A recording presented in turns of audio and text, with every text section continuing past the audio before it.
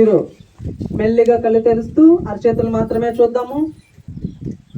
ఇంత అద్భుతమైనటువంటి ఈ ధ్యానానికి, ఈ ధ్యాన మార్గాన్ని మనకు అందించినటువంటి జగద్గురు బ్రహ్మర్షి పితామహ పత్రి మహారాజ్ ఒకసారి దగ్గర చూద్దామండి.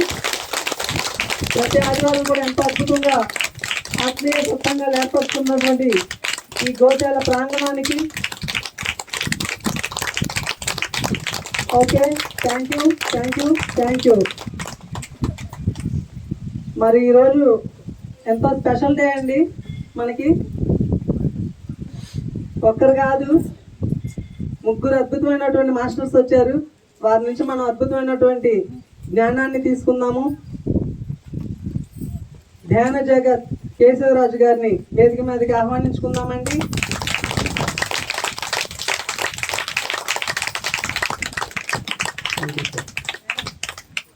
అలాగే బ్రహ్మర్షి చక్క రాఘవరావు సార్ గారిని కూడా వేదిక మీదకి ఆహ్వానించుకున్నాము.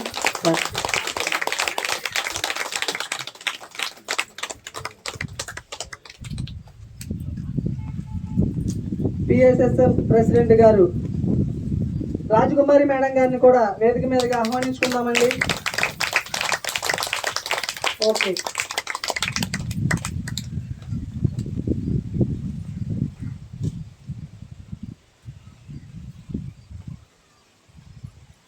అందరికీ ధ్యానాభివందనాలండి.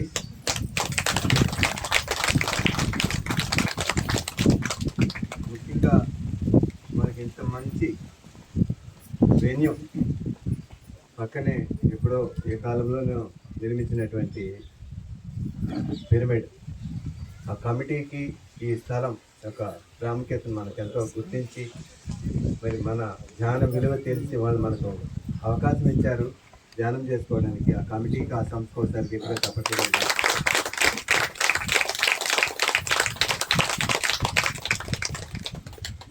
నా పేరు కేశవరాజు, సొంతూరు తిరుపతి.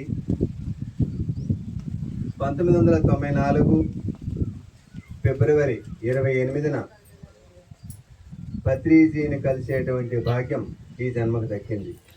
పత్రిజీకి ఒకసారి గట్టిగా చెప్పట్లు కొడతాం. పత్రి మేడంకి ఒకసారి గట్టిగా చెప్పట్లు కొడతాం. పిరమిడ్ స్పిరిచువల్ సొసైటీస్ మూమెంట్కి ఒకసారి గట్టిగా చెప్పట్లు కొడతాం.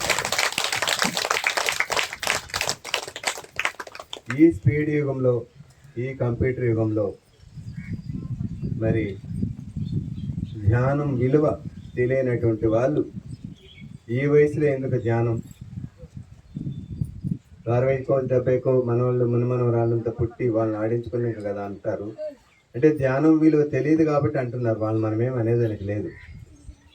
మరి పత్రిజీ ఈ భూమండలం అంతా ధ్యానమయం, శాకాహారమయం, పిరమిడ్ శక్తిమయం కావాలని ఎంతో సంకల్పించి ప్రతి ఒక్కరూ కూడా ఆనందంగా ఉండాలి, ఆరోగ్యంగా ఉండాలి, మనశ్శాంతితో ఉండాలి, అన్నిటికీ మించినటువంటి ఆత్మజ్ఞానం కలిగి ఉండాలి అనేటువంటి గొప్ప ఉద్దేశంతో మరి 1991లో మొట్టమొదటి పిరమిడ్ను బుద్ధా పిరమిడ్ ధ్యాన కేంద్రం అనే కర్నూలులో బివి రెడ్డి గారి సహకారంతో నిర్మించి మనకు అంకితం చేశారు. బివి రెడ్డి గారు ఒకసారి గట్టిగా చెప్పడం. ఇప్పుడు ఎంతైనా వచ్చి ఎంత చైతన్య పిరమిడ్ కట్టచ్చు. ఏమీ లేని పరిస్థితుల్లో ఈ మూమెంట్ గురించి తెలియనటువంటి పరిస్థితుల్లో గురువు గారిని చూసి ఒక గొప్ప లోక కళ్యాణ కార్యక్రమం కోసం మీరు ఎంతో చేస్తున్నారు అని ఆయన స్థలం ఇచ్చి పిరమిడ్ కట్టించారు. అలా మన మూమెంట్ స్టార్ట్ అయింది. దాని తర్వాత 94లో పత్రిజీ తిరుపతికి వచ్చినప్పుడు 4 సెంటర్లు ఉన్నాయి. 2వది గుంతకల్, 3వది అనంతపూర్, 4వది తిరుపతి. ఫస్ట్ డే సార్ని కలిసినప్పుడు 4 కలిసాం మేము తిరుపతిలో. దాని తర్వాత అంచెలంచెలుగా pyramid spiritual societies movement Patriji నిరంతరమైనటువంటి కృషితో ఒక 25,000 పిరమిడ్ సెంటర్లు ఆంధ్ర అండ్ తెలంగాణలో వెళ్తాయి. ఆ యొక్క పిరమిడ్ మాస్టర్లకి ఎందుకంటే కొంత డబ్బులు వెంటనే మంచిగా నగలు కొనుక్కుందామా, అంటే ఇంకేమైనా కొనుక్కుందామా, కారు కొనుక్కుందామా, అంటే మంచిగా బిల్డింగ్ కొనుక్కున్నామా అనుకుంటున్నటువంటి ఈ యొక్క తరుణంలో మరి అన్నిటికీ మించినటువంటిది లోక కళ్యాణ కార్యక్రమమే అనేటువంటి గొప్ప ఉద్దేశంతో లక్షలాది కుటుంబాలు మరి ఇన్ని వేల పిరమిడ్లు నిర్మించారంటే చిన్న విషయం కాదు. ముఖ్యంగా నా విషయానికి వస్తే, నేను చదువైపోయిన తర్వాత కేశవరత్న అడ్వర్టైజర్స్ అనేసి ఒక సొంత బిజినెస్ అడ్వర్టైజింగ్ ఏజెన్సీ నడుపుతున్న సమయంలో తిరుపతిలో అన్ని డిపార్ట్మెంట్లు, అన్ని వ్యాపార సంస్థలు, అన్ని సినిమా థియేటర్లు, మరి ఎలక్ట్రికల్ డిపార్ట్మెంట్, టీటీడీ, మున్సిపాలిటీ అందరూ కూడా పరిచయం అయ్యారు అడ్వర్టైజింగ్ ఏజెన్సీ ద్వారా. కాబట్టి తిరుపతికి ఏ రాజకీయ నాయకుడు వచ్చినా, ఒక ఆధ్యాత్మిక గురువు వచ్చినా నాకు తెలిసేది. అయితే నాకు చిన్నప్పటి నుంచి ఒక తపన ఉండేది. అది ఏం తపన ఆ వయసులో తెలియదు. ఏదో ఈ పుట్టుక చావు ఇదంతా అందరూ సహజమే కదా, ఇంకేమైనా దీనికి మించి ఉందా అని వెతుకులాడుతూ, మరి చిన్నప్పుడైతే మనం బయట పంపరు కదండి. 10th క్లాస్ వచ్చిన తర్వాత ఆ సెలవుల్లో నేను బంధువుల ఇంటికో ఫ్రెండ్స్ ఇంటికో వెళ్ళలేదండి. వెతుక్కుంటూ ఒక 40 కిలోమీటర్ల దూరంలో ఒక ఫారెస్ట్లో ఒక ఆశ్రమం ఉంది. ఆయన ఆ కాలంలోనే, అంటే నాకు 15 కాలం ముందు, 15 సంవత్సరాల ముందే, అంటే 73లో నేను చెప్పాను, నా 10th 73లో అయింది. ఆయన ఏదో గొప్ప తపస్సు చేస్తాడో అని ఆయన దగ్గరికి వెళ్ళాను. ఆయన ఎటువంటి మాస్టర్ అంటే, ఇలా భూమిలో ఒక 10 అడుగులు లోపలికి ఒక చాందబాయిలాగా లోడు ఉన్నారు ఆ ఆశ్రమంలో. బాగా సిమెంట్ ఎంత పూసుకున్నారు. ఎప్పుడో ఒకసారి ఆయనకు అనిపించినప్పుడు దాని లోపలికి వెళ్ళిపోతారు. వాటర్ కానీ ఫుడ్ కానీ ఏమీ తీసుకుపోడు. అక్కడ ఉన్నటువంటి ఒక 10 మంది శిష్యులు ఉంటారు. వాళ్ళతో కిందికి వెళ్ళిన తర్వాత ఒక పలక, అంటే వుడ్ ఉంటుంది, పలకలు ఉంటాయి, దానిపైన మూసేయమంటారు. మూసేసి ఆయన చెప్తాడు, ఈరోజు బుధవారం అనుకోండి, వచ్చే బుధవారం 10:30కి వచ్చి ఆ యొక్క వుడ్ను సౌండ్ చేయండి, అప్పుడు నేను లేచి వస్తాను అంటాడు. అంత గొప్ప వ్యక్తి ఆయన. మరి అలా ఆయన విలువ తెలిసి నేను అక్కడికి వెళ్ళాను. వెళ్తే ఆ రోజే ఉదయము ఆయన బయటకు వచ్చాడు. అప్పుడు చెప్పారు వెళ్ళిన వెంటనే, ఏమో మీ అదృష్టం, ఈరోజు ఆయన బయటకు వచ్చాడు తపస్సులు నుంచి అని. సరే ఒకరికొకరు పరిచయం చేసుకుని, నేను కేశవరాజు 10th క్లాస్ మొన్నే పరీక్ష రాశాను అని చెప్పిన తర్వాత, అందరూ పరిచయాలు అయిపోయిన తర్వాత, కేశవరాజు నీకు ఇంకా బాగా చదువు రావాలంటే గణపతి హోమం చేయి, మన వాళ్ళు చేపిస్తారన్నాడు. నేను వచ్చింది గణపతి హోమం కాదు కదా, నేను వచ్చింది ఆయన ఏదైతే చేసి అంత స్థితికి ఎదిగాడో అదేదో నా 4 ముక్కలు చెప్తాడేమో అని నేను వెళ్ళాను. ఏమి చెప్పలేదు, ఆ రహస్యం చెప్పలేదు. నేను ఇలా వెళ్తున్నాను, తపస్సు చేస్తున్నాను, లేదంటే ఇదేదో గమనిస్తున్నాను, ఏమీ చెప్పలేదు ఆయన. ఈయన మనకు సరైన గురువు కాదు, ఆయన చేసేది చెప్పకుండా ఇంకేదో చెప్తాడు మనకు అని చెప్పి వచ్చాను. తర్వాత మాకు 80 కిలోమీటర్స్ దూరంలో ఇంకొంచెం వెతికేది ఆపేశాను. మళ్ళీ నేను తిరుపతికి వచ్చేసాను. నా బిజినెస్ చేసుకుంటాను. 80లో బిజినెస్ స్టార్ట్ చేశాను. చేస్తే మేమంతా ఫ్రెండ్స్ అంతా కలిసి ఆధ్యాత్మిక విషయాలంతా మాట్లాడుకుంటామంటే, మాకు 80 కిలోమీటర్స్ దూరంలో పెంచెల కోన అని ఒక ఊరు ఉంది. అక్కడ నరసింహస్వామి టెంపుల్ ఉంది, ఒక వాటర్ ఫాల్ ఉంది. అక్కడ ఒక చిన్న ఆశ్రమంలో విజయేశ్వరి దేవి అని ఆమె కూడా తపస్సు చేస్తుంది. ఆనాడు తపస్సు అనుకుని ఇప్పుడు ధ్యానం అనుకున్నాం. ఆమె ఇట్లా నేర్పిస్తుంది ధ్యానం గురించి అంటే వెళ్ళాం. వెళ్ళిన తర్వాత ఒకరోజు నేను ప్రతిరోజు ధ్యానం చెప్పను, శివరాత్రికి ఒక 3 రోజులు ధ్యానం చెప్తాను, మళ్ళీ దసరాకు ఒక 3 రోజులు ధ్యానం చెప్తాను, మిగిలినప్పుడంతా మా భజనలు, హోమాలు, యజ్ఞాలు ఇవే ఉంటాయండి. సరే దానికంటే కొంచెం బెటర్ కదా అని చెప్పి అప్పుడప్పుడు ఆ దగ్గరికి వెళ్ళేవాడిని. ఇట్లా నాతో పాటు కొంతమంది ఫ్రెండ్స్ కలిసి ఒక ట్యాక్సీ మాట్లాడుకునేది. బస్సులు అంతా ఇంత సౌకర్యాలు లేవు కదా, ఒక ట్యాక్సీ మాట్లాడుకుని వెళ్ళేది, రోజంతా అడుండేది వచ్చేది. ఒకరోజు ఆదివారం మా ఫ్రెండ్స్ అందరూ వెళ్తున్నావు కదా అప్పుడప్పుడు ఆమె దగ్గరికి వెళ్దాం, ఆదివారం అయితే మాకు వీలు అవుతుంది అనుకుంటే మాట్లాడుకున్నాం. ట్యాక్సీ కూడా మాట్లాడుకున్నాము.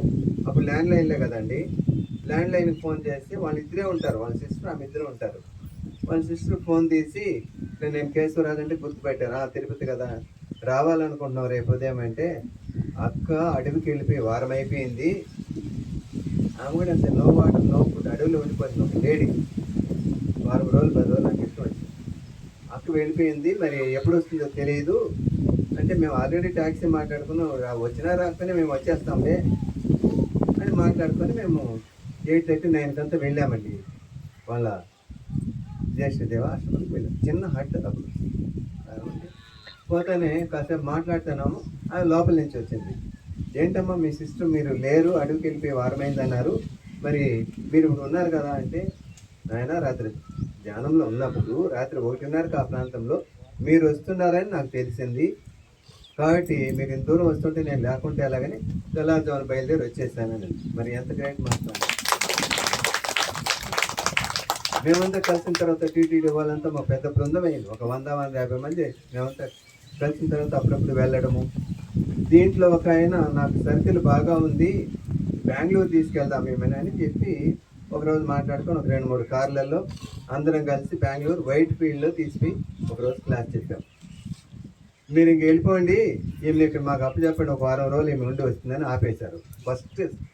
ఫస్ట్ ట్రిప్లోనే ఆమెను ఆపేసి మమ్మల్ని పంపించారు. మేము కూడా వేరే పనులు ఉండే మేము వచ్చేసాం. ఆ రోజు నుంచి ఆమె దశ తిరిగిపోయింది. ఎప్పుడైతే వైట్ ఫీల్డ్కి వచ్చి క్లాస్ చెప్పిందో ధ్యానం విలువ అని చెప్పిన తర్వాత అద్భుతంగా ఇప్పుడు ఇంటర్నేషనల్ సెంటర్గా వాళ్ళ ఆశ్రమం ఎదిగింది. మరి మొన్నటి వరకు కూడా భక్తి ఛానల్ అంతా కూడా ఆ ప్రవచనాలు వచ్చేది, ఇప్పుడు వస్తుంది లేదా నేను టీవీ కూడా చూసేది కూడా నాకు తెలియదు. అలా నా యొక్క ఆధ్యాత్మిక ప్రయాణం అలా స్టార్ట్ అయింది. ఇలా వెతుకులాటలో భాగంగా మేము జూనియర్ ఛాంబర్ ఇంటర్నేషనల్ అని ఒక ఆర్గనైజేషన్ ఉంది, దాంట్లో కూడా నేను అప్పుడు సెక్రటరీగా ఉన్నా.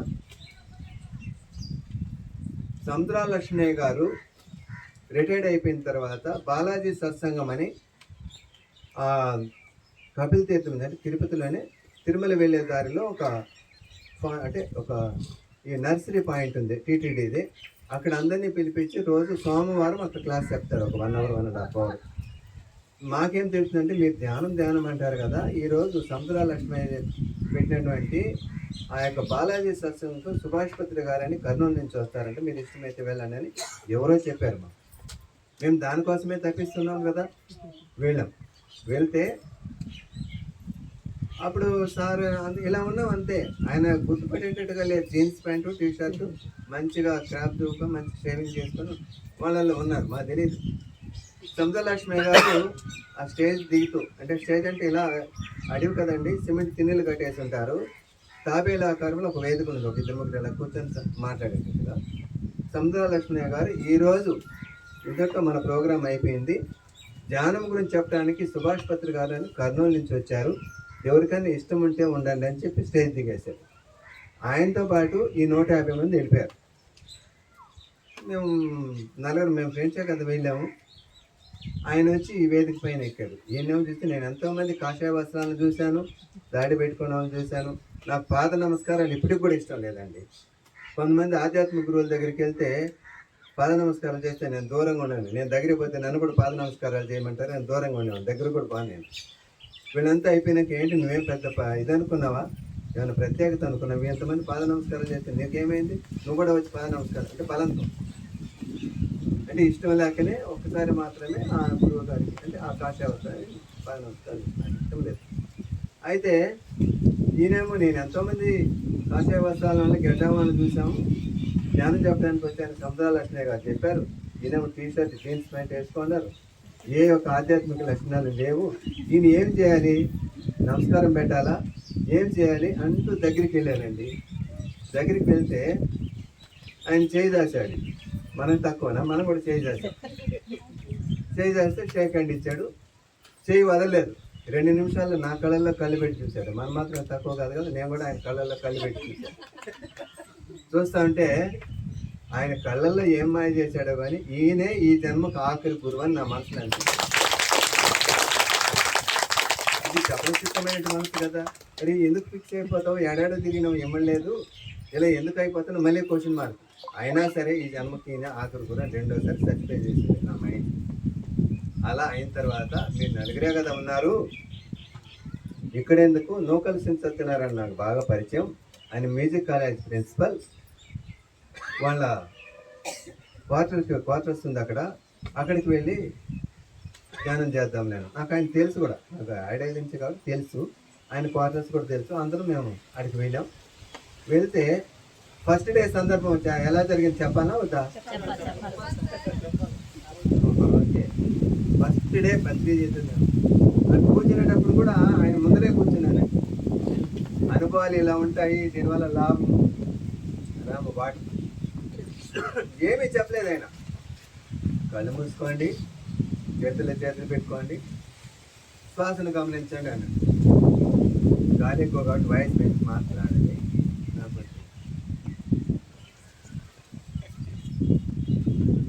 అంతేనండి. కళ్ళు మూసుకున్నాడు, శ్వాసను గమనించమన్నాడు కదా. అంటే 10 సెకండ్లు కూడా అయిందో లేదండి, కళ్ళు మూసుకున్న వెంటనే నాకు 0 మంది అయిపోయింది. ఎలాంటి ఆలోచనలు లేవు. అయిపోతే నేను ఒక అడవిలో ఉన్నాను. ఫస్ట్ డే అనుభవం ఇది. అడవిలో ఉన్నాను.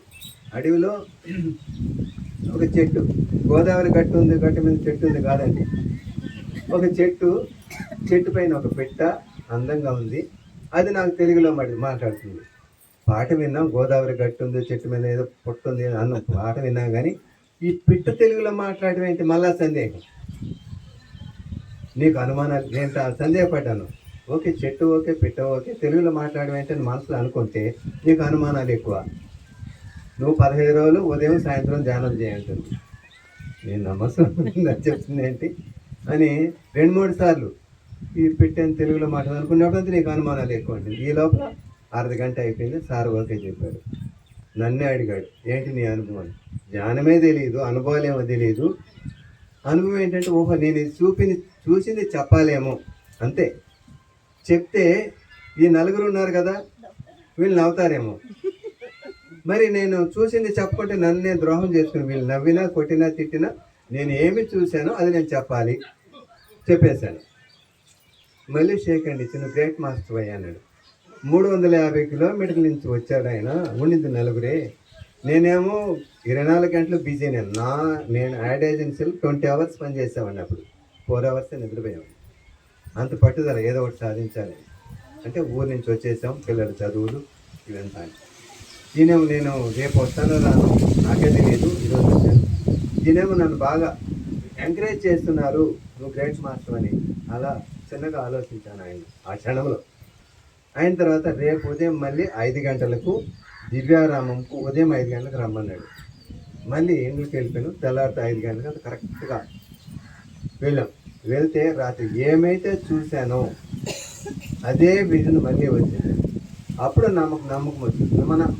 మన యొక్క ఊహ అనుకుంటే మారాలి కదా, చెట్టు పుట్టు పెట్రోల్ అంటే మాట మారాలి కదా. ఎలా అయితే వీడియో ప్లే చేసి ఇన్సర్ట్ ప్లే చేసి ఎలా ఉంటుందో అలాగే వచ్చింది. అప్పుడు నాకు గట్టి నమ్మకం వచ్చింది, ఇది ఆశ్రమాష కాదు, నాలో ఏదో గొప్ప మార్పు రావడానికే ఆ పశు రూపంలో ఏదో ఒక మాస్టర్ నాకు చెప్తున్నారు. ఎంత బిజీ అయినా సరే ఒక 15 రోజులు ఉదయం సాయంత్రం ధ్యానం చేయాలి అని అప్పుడే నిర్ణయించుకున్నాను. ధ్యానంలో ఉండగానే సరే అయిపోయింది, వెళ్ళిపోయినాం. ఇంకా సార్ అప్పటికి రిజైన్ చేస్తున్నారు కాబట్టి వస్తే వారమో 10 రోజులు ఉండేవాళ్ళు, నెలలో ప్రతి నెల వచ్చేవాళ్ళు. ఎంత బిజీగా ఉన్నా సార్ దగ్గరికి వెళ్ళడం, ఆయన చెప్పేటి అన్నీ వినడం, మళ్ళీ ఆయన సమస్యలో కాసేపు ధ్యానం చేయడం, ఇలా గడుస్తుంది. ఆ రోజు నుంచి కూడా ప్రతిరోజు అనుభవమే, ఏదో ఒక అనుభవం. కళ్ళు మూసుకుంటే చాలు, ఎక్కడెక్కడికో చెప్తారు, ఎవరో వస్తారో తీసుకెళ్తారు, మళ్ళీ తీసుకొచ్చి వెళ్తారు.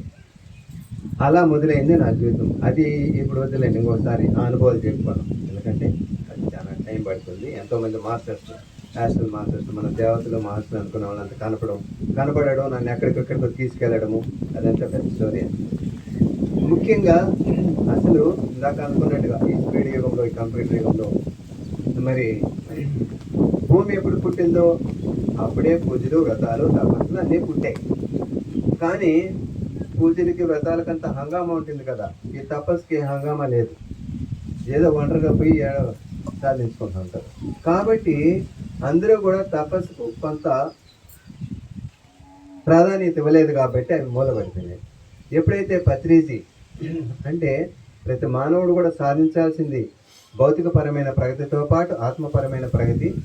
కానీ భౌతికపరమైన ప్రగతి సాధిస్తున్నాడు, ఆత్మపరమైన ప్రగతి సాధించట్లేదని ఆయన ఎన్నో జన్మల్లో మరి ధ్యాన సాధన చేసి ఈ జన్మలో ఆయన లైఫ్ అజెండా అలా తీసుకొచ్చాడు. కాబట్టి ఈ భూమండలం అంతా జ్ఞానమయం, శాకారమయం చేయడానికి జన్మ తీసుకున్నారు. కాబట్టి ఉద్యోగం అంతా వదిలేసి పల్లె తిరిగి, ఒకప్పుడు ఈ యొక్క తపస్సు ధ్యానం అంటే ఒక చోటుకు వెళ్ళాలి, మనం ఎన్నో నియమ నిష్టలంతా ఉంటాయి.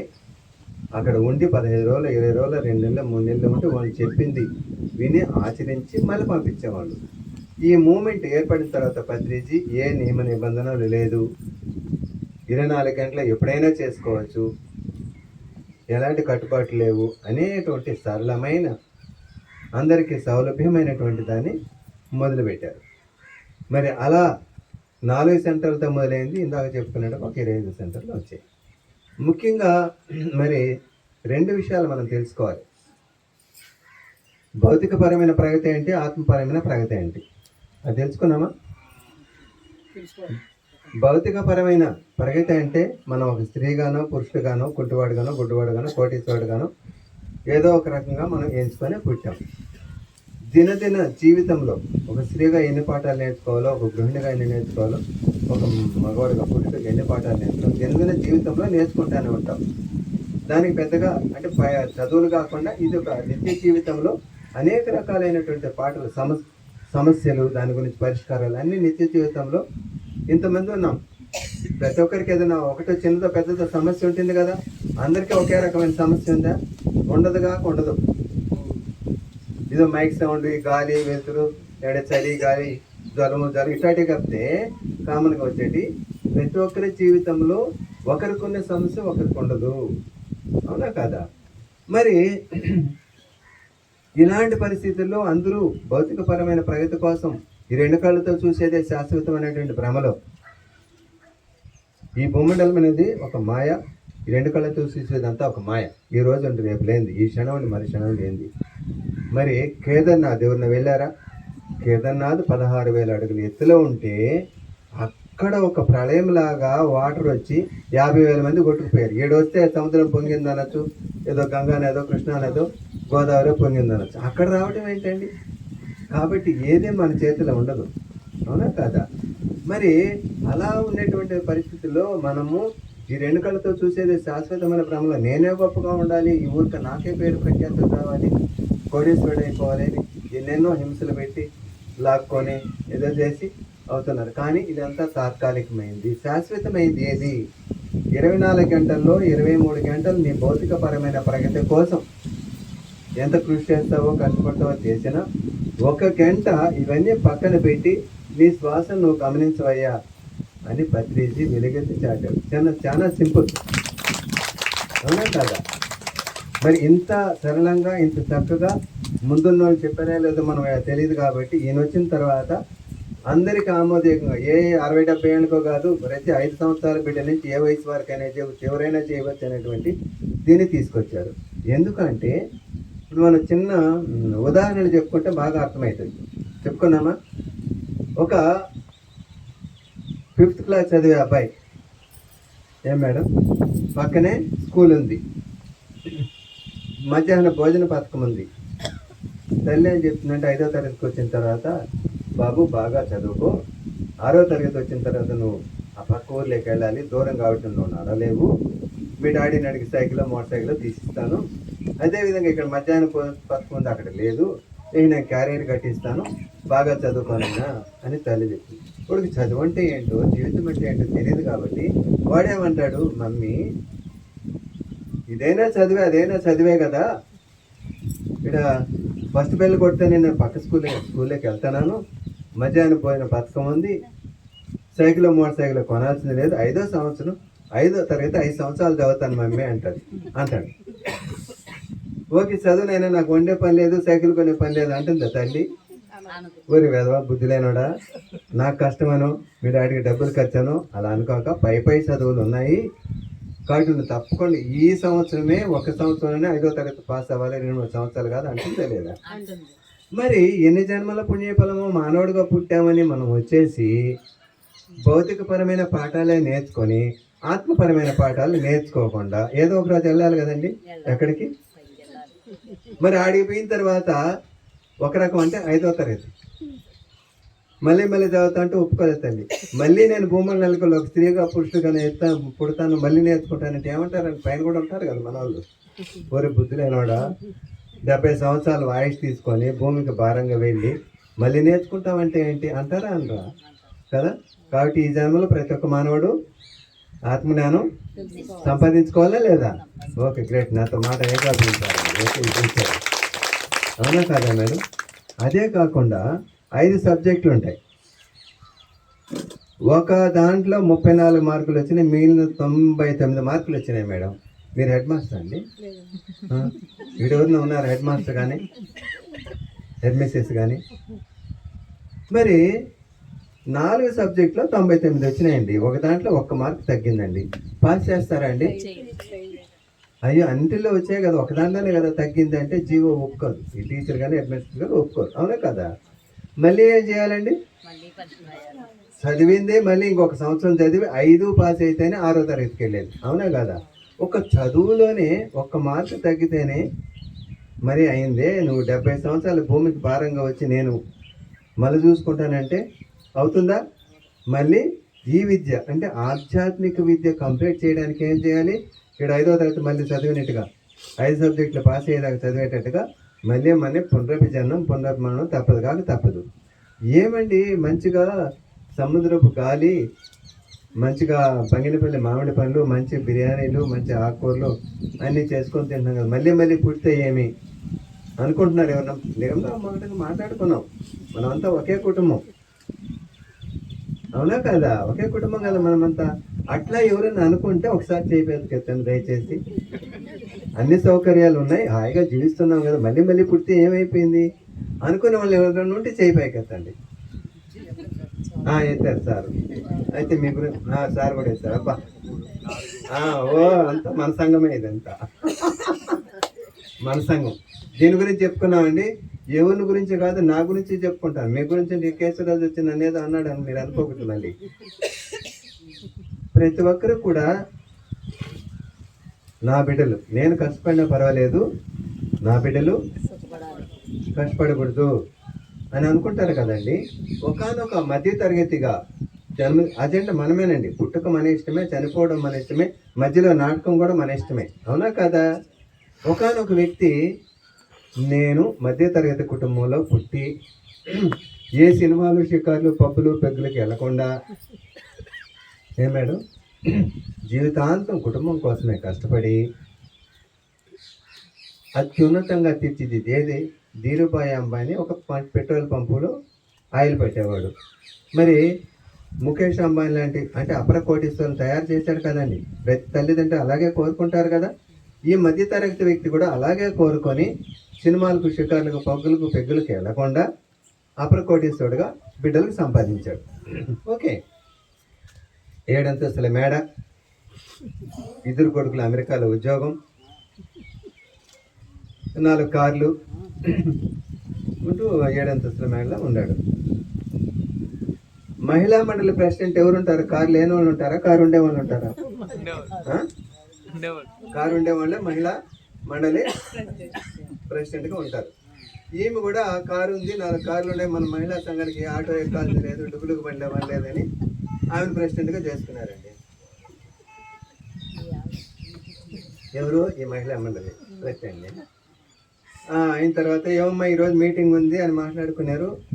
ఏమండి, మీకు మంచిగా పనేమామ వస్తుంది, భోజనం వండిపోతుంది వేడిగా, మేము మహిళా మండలి మీటింగ్ ఉంది, నేను కారు తీసుకొని వెళ్ళిపోతున్నాను అని ఈమె వెళ్ళిపోయింది. పనేమ్మ వచ్చినా ఆయనకు కావాల్సిన భోజనం వండి పెట్టింది. ఇలా ఎవరైతే విపరీతంగా కృషి చేసి తన శరీరాన్ని కూడా పట్టించుకోకుండా శారీరక కష్టం కావచ్చు, ఇంకోటి సుఖంగా జీవించవచ్చు, వాళ్లకు 2 అపూర్వ సహోదరులు ఎంటర్ అవుతారండి. 2 అపూర్వ సహోదరులు మన శరీరంలోకి ఎంటర్ అవుతారు. వాళ్ళు ఎవరు చెప్పగలరా? నేను చెప్పను. అబ్బా, పర్ఫెక్ట్. ఒక్కసారి వాళ్ళిద్దరు కన్నా మన శరీరంలోకి వచ్చేస్తే పొమ్మనే పారు. ఎన్ని మాత్రలు వేసినా, ఎన్ని ఇంజక్షన్లు పొడిచినా మళ్ళీ మన శరీరంతో పాటు పోవాల్సిందే, కానీ వాళ్ళు మాత్రం పారు. ఈయనకి కూడా 2 అపూర్వ సహోదరులు ఎంటర్ అయినారు. బంగినపల్లి మామిడి పండ్లు అదేంటే డైనింగ్ టేబుల్ పైన ఉన్నాయి, పుల్లారెడ్డి స్వీట్ కూడా ఉంది. నోరు చప్పలు కొడతాడు, తినేదానికి లేదు, మన షుగర్ కరిగించింది కదా. సరే, ఈ లోపల ఆకలైంది, తినాలని ఏదో తిన్నాడు, వడ్డించుకొని తిన్నాడు. పొద్దుబాదు కదండి భార్య వచ్చేదాకా. సరే, ఈ 7 అంతస్తుల మేడలో మంచి గ్రిల్ గేట్, మనకి మంచి గాలి వచ్చేటట్టుగా పైన అటు ఇటు తిరుగుతున్నాడండి అపర కోటీశ్వరుడు. అవునా కదా? చెప్పుకున్నాం కదా. కాసేపటికి ఇటు తొంగి చూశాడండి రోడ్లో తొంగి చూస్తే అప్పుడే శారీరక కష్టం చేసి ఒక రిక్షా కావచ్చు, ఒక కూలీ కావచ్చు, ఎవరైనా కానీ అలా కష్టపడి వస్తానే ఆ డోర్ దగ్గరికి వస్తానే వెంటనే భార్య నీళ్ళు ఇచ్చిందండి. మనం ఇస్తున్నామండి ఇంట్లో మన భర్త వస్తే ఇస్తానమా, ఏమండి ఫ్రిడ్జ్లో ఉన్న చల్లగా తాగాలంటే తాగు, ఇలా అంటే దాంట్లో పట్టుకొని తాగు. వెంటనే నీళ్ళు ఇచ్చిందండి, నీళ్ళు తాగాడు. వెంటనే హాట్ వాటర్ తోడింది, మన మరి బాత్రూమ్ క్లోజ్డ్ కాదు, దాంట్లో తోడింది. మంచిగా వేడి నీళ్ళు తోడి బాగా వీపు రుద్దింది. ఎవరు రుస్తున్నారండి వీపు? మీ ఆయనకి వీపు రుద్దింది. ఇంత ఈయన చూస్తాడు, ఎవరు ఏడంతస్తుల మేడలో ఉన్నాయని చూస్తున్నాడు. అయిన తర్వాత అంతవరకు ఆ బిడ్డలు కానీ ఈయన కానీ భోంచేయలేదు. వేడి భోజనం తెచ్చింది, ఆవుగా ఎవరిగా వేసి బాగా కలిపి వేసి గోరు ముద్దలు ఒకరికొకరు తినిపించుకుంటూ హాయిగా నవ్వుకుంటూ భోంచేస్తున్నారండి. ఈయనకి ఎలా ఉంటుందండి అప్పుడు? కాలుతుందా లేదా? అప్పుడు అనుకున్నాడు, ఏమనుకున్నాడు తెలుసా? ఇదే జీవితం, ఇంత ఉండి ఏం ప్రయోజనం? భార్య ఏమో పోతుంది, పని మనిషి ఆడు వండి పెట్టి పోతుంది, నేను ఒంటరి జీవితం అంటే ఇది కాదు, వచ్చే జన్మ అంటూ ఉంటే అలా ఉండాలి అనుకుంటారా లేదా అండి? అలా అంటే గత జన్మలో మంచి మన కోటేశ్వర్లమే, నేను కూడా మధ్య తరగతి వాడిని, ఏడుంటే వాళ్ళు కూడా అలా అంటే సంతోషపడండి. గత జన్మలో మనము అపర కోటేశ్వర్లము, ఇప్పుడు మనము ఆ జీవితం అనిపోయింది కాబట్టి మధ్య తరగతిగా ఉండి హాయిగా జీవించడానికి వచ్చామని మనం అనుకుందామా? చప్పట్లు కొట్టండి ఒకసారి. మనం ఏం మేడం అందరితో అయిపోలేదు, ఇంకొంచెం స్టోరీ ఉంది. ఎందుకంటే పుట్టుక మన ఇష్టం, చావు కూడా మన ఇష్టం కదా. పుట్టుక ఇంతవరకు వచ్చింది కదా, మరి ఈయన ఏమనుకున్నాడు? జన్మ తీసుకునేటప్పుడు జీవితాంతం నేను ఏ సుఖాలు అనిపించకుండా బిడ్డల కోసమే అనుకున్నాడు కదా. చివరిలో అంటే ఎవరికైనా వెళ్ళిపోయే సమయం ఆసన్నమవుతుంది కదా, అప్పుడు ఒక 3 నెలలు జీవితం అంతా అర్పించాను కదా వీళ్ళ కోసమే, ఒక 3 నెలలు నాకు పిల్లల దగ్గర సేవ చేసుకోవాలి కోరిక, చివరి కోరిక. ఉరేసేటప్పుడు నేను చివరి కోరిక ఏమంటారు కదా, ఈయన కూడా నేను చనిపోయేటప్పుడు మనవాళ్ళ దగ్గర లేదంటే కొడుకు దగ్గర కోడల దగ్గర 3 నెలలు సేవ చేసుకోవాలా అని కోరుకున్నాడండి. కోరుకునేది వస్తుంది కదండి, అపర కోటేశ్వరుడు అయినాడు, వెళ్ళిపోయే ఆసనం అయితే కోరుకునేది కూడా వస్తుంది కదా, ఆయనకు కూడా మనకైనా వస్తుంది కదా. కరెక్ట్గా ఇదంతా అయిపోయిన తర్వాత ఈయన కోరుకునేది వచ్చింది. 3 నెలలు హాస్పిటల్లో ఉండాలంటే ఏం రావాలంటే క్యాన్సర్ రావాలి. క్యాన్సర్ వచ్చింది. వెంటనే ఫోన్ చేస్తే వాళ్ళు చార్టర్డ్ ఫ్లైట్లో, అయ్యో మా డాడీకి ఇలా అయిందా అని చార్టర్డ్ ఫ్లైట్లో వచ్చారండి. తొలి రోజు ఎవరిని హాస్పిటల్లో పోయినప్పుడు ఎంతమంది ఉన్నారు? అపర కోటేశ్వరుడు కాబట్టి ఒక 500 మంది అన్న ఉంటారు కదండి, వాళ్ళు వీళ్ళు అంతా బంధువులు ఫ్రెండ్స్ అంతా ఉంటారు కదా. 10 రోజుల తర్వాత 500 మంది ఉంటారా మేడం? 4 రోజుల తర్వాత ఎంతమంది ఉంటారు? అబ్బా పర్ఫెక్ట్. అంతే, నెల అయిపోయింది, 2 నెలలు అయిపోతుంది. ఏమ్రా మీరు సెలవు పెట్టి వెళ్ళారు, మీ ఉద్యోగం మీ ప్రాజెక్ట్ వర్క్ ఆగిపోయింది, మీరు వస్తారా ఇంకొకటికన్నా ఇచ్చామంటారని అమెరికా నుంచి ఫోను. ఈమెమో, మా మమ్మీ ఈ వయసులో కూడా మేము ఎందుకు సేవ చేస్తావు మమ్మీ, డాడీ దగ్గర మేము ఉంటాంలే అని చెప్పి చెప్పారు 10 రోజులు. ఏమో హాయిగా నిద్రపోయింది. నీ మొగుడితో నేను ఆగలేం అంటే మా డాడీ అనుకున్నా, నీ మొగుడితో మేము ఆగలేం కానీ రాత్రి కూడా నిద్రపోలేడు, మధ్యలో లేపి వాటర్ అంటాడు, ఇంకొకటి అంటాడు, నీ మొగుడికి నువ్వే సేవ చేసుకొని ఈయన కూడా కొడుకులు కూడా వచ్చేది లేదు. ఈమెకి తప్పదు కాబట్టి కష్టపడతాను.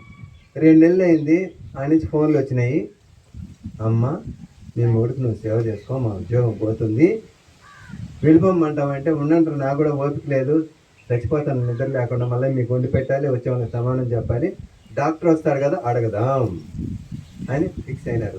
ఇదంతా పెద్ద ఆయన ఉంటాడా లేదండి? ఇట్లా ఉంటాడు కదా, ఏమి చేస్తాం, ఏమి చేయలేం.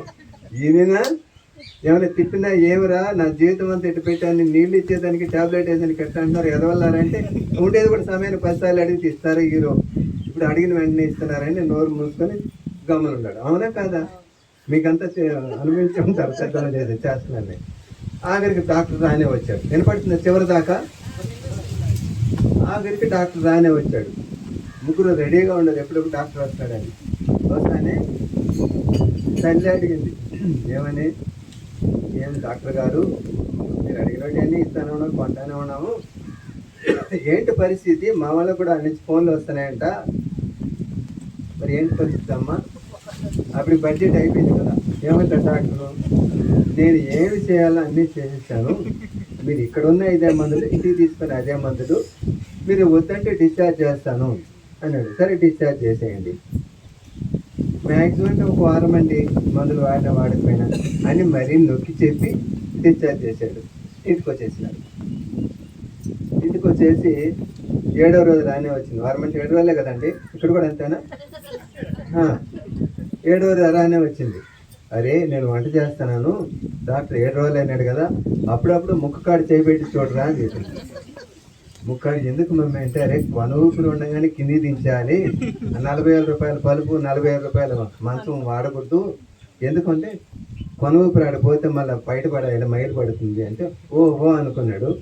సరేలే మమ్మీ చెప్తానులే అంటే వంట చేసుకున్నాను. అప్పుడప్పుడు ముక్కాడు చేయబెడుతున్నాడు ఎవరు కొడుకు. సరే వినపడుతుంది చివరి దాకా చేయబెడతామంటే మెల్లిగా గాలి తగ్గుతుంది. మమ్మీ మమ్మీ గాలి తగ్గుతా ఉంది అంటే వంట స్టవ్ ఆపేసి అరే వెంటనే కిందికి దించాలరా అని. సరే మమ్మీ కిందికి దించాలంటే నేలపైనట్ట పడుకోబెడతాం, పక్కన షాప్ ఉంది చేప తీసుకొస్తాను అని చెప్పాడు. ఊరే బుద్ధి లేనోడా, ఆయన అడుగుతాడు, అడిగితే మాత్రం మన కొత్త చేప వేస్తామా, ఇలాంటి అవసరం రానే వస్తుందని అటికిలో ఒక చింపెర చేప పెట్టాను. ఇక అటికిలో ఆ చింపెర చేపకి రానింది. చూసారా ఎట్టుంటుందో, మన జీవితం కూడా అంతే, గతం కూడా అంతే. మేడం పురకరిస్తా ఉంది ఉంటుందని. ఏమమ్మా అటికిలోనే చింపెర చేప తీశారు, చినిపోయిన దుప్పటి వేశారు, చినిపోయిన అది నలిగిపోయిన దిండి వేశారు. ఆఖరికి ఒక కొన ఊపిరి కానీ కిందికి దించేశారు. కాసేపటికి పుట్టుక్కుమనింది ఏంది గాలి, ఉచ్ఛ్వాస నిశ్వాసాలు ఆగిపోయినాయి. వెంటనే ఒక కబురు చెప్పేవాడు చెప్తా అంటే ఆయన పడుకోబెట్టి ఇవన్నీ కింద నలిపినాడు చినిపోయినాడు, కానీ పైన ఏం చేస్తాం, పట్టు వస్త్రం కప్పారు. అంతా వచ్చారు. అంతవరకు ఆయన పేరు ఏదో ఒక పేరు, అపర కోటీశ్వరుడు చచ్చిపోయినాడంట అని అందరూ ఫోన్లు చేస్తారు కదండి. ఎత్తేదాకా కూడా అదే మాట అంటారండి. 3-4 గంటలు అయిపోయిన తర్వాత ఒరే నేను షాప్ మూసేసి వచ్చాను, నేను సెలవు పెట్టి వచ్చాను, ఎప్పుడు తీస్తారా ఈ శవాన్ని, వెళ్ళిపోమంటారు. ఏమైపోయిందండి, అపర కోటీశ్వరుడు పోయింది, చనిపోయినాక అయిపోయింది, ఆఖరికి శవం. ఎప్పుడు తీసేస్తారా శవాన్ని, మేము వెళ్ళాలి అంటారా లేదా మేడం? ఆఖరికి శవాన్ని తీసే ఈ అపర కోటీశ్వరుని కూడా పాడి కట్టేసినారు. అయితే మడవలు వస్తాడు కదండి, వస్తాడా లేదు, ఇక్కడ ఉందా లేదు. వచ్చిన తర్వాత ఈయన చూశాడు, పాత చేప, పాత దుప్పటి, పాత దిండి పర్వాలేదు, పైన కప్పినటువంటి పట్టు వస్త్రం ఉంది, నేను అక్కడ పడేశాను అనుకో వీటితో పాటు, రేపు ఏదో పట్టు వస్త్రం అని అమ్మ అడిగితే ఏం చేయాలని చెప్పి అడుగుతాడు ఆమెని. ఏమమ్మా ఇవన్నీ పాతవి పడేస్తాను, సరే పట్టు వస్త్రం ఏం చేయమంటావు అంటే తేవద్దు నువ్వే పెట్టుకో అంటుంది. తెస్తే మైలు పడుతుంది. అవునా కదా, అంటావా లేదా మేడం? అందుకే ఏమైపోయింది, అపర కోటీశ్వరుడు ఆఖరికి ఏమీ లేకుండా ఒట్టి చేతలతో వెళ్ళిపోయినాడు. దానికి ఒక యోగీశ్వరుడు ఏమంటా అంటే, బాగా గుర్తు పెట్టుకోండి పాయింట్లు. ఆత్మ విడిచినేని దేహము అగ్నిహోత్రుని పాలు. మన శరీరంలో దాని లోపల ఆత్మ ఉంది, ఆ జ్యోతి ఉంది. ఎప్పటి వరకు ఉంటుంది, ఈ ఉచ్ఛ్వాస నిశ్వాసలు ఉన్నంత వరకు ఆ యొక్క ఆత్మ దీంట్లో ఇమిడి ఉంటుంది. ఎప్పుడైతే ఉచ్ఛ్వాస నిశ్వాసాలు నిలిచిపోతాయో దీంట్లో ఇమ్మడలేక ఆత్మ వెళ్ళిపోతుంది. ఆత్మ విడిచినేని దేహము అగ్నిహోత్రుని పాలు. కాస్త పెట్టి కాల్ చేస్తున్నాం. మీద గప్పిన బట్ట మేటి చాకలి పాలు. కఠిన శల్యములు గంగపాలు. శరీరాన్ని కాల్చేసిన తర్వాత అంతా బూడిదైపోతుంది. ఏదో ఉంటాయి కదా పెద్ద పెద్దవి, అవన్నీ కఠిన శల్యములు అస్థికలు, కఠిన శల్యములు గంగపాలు. ఏమేడం, కొడుకు పెట్టెడి పిండపు గూడు కాకుల పాలు. అవునా కాదా?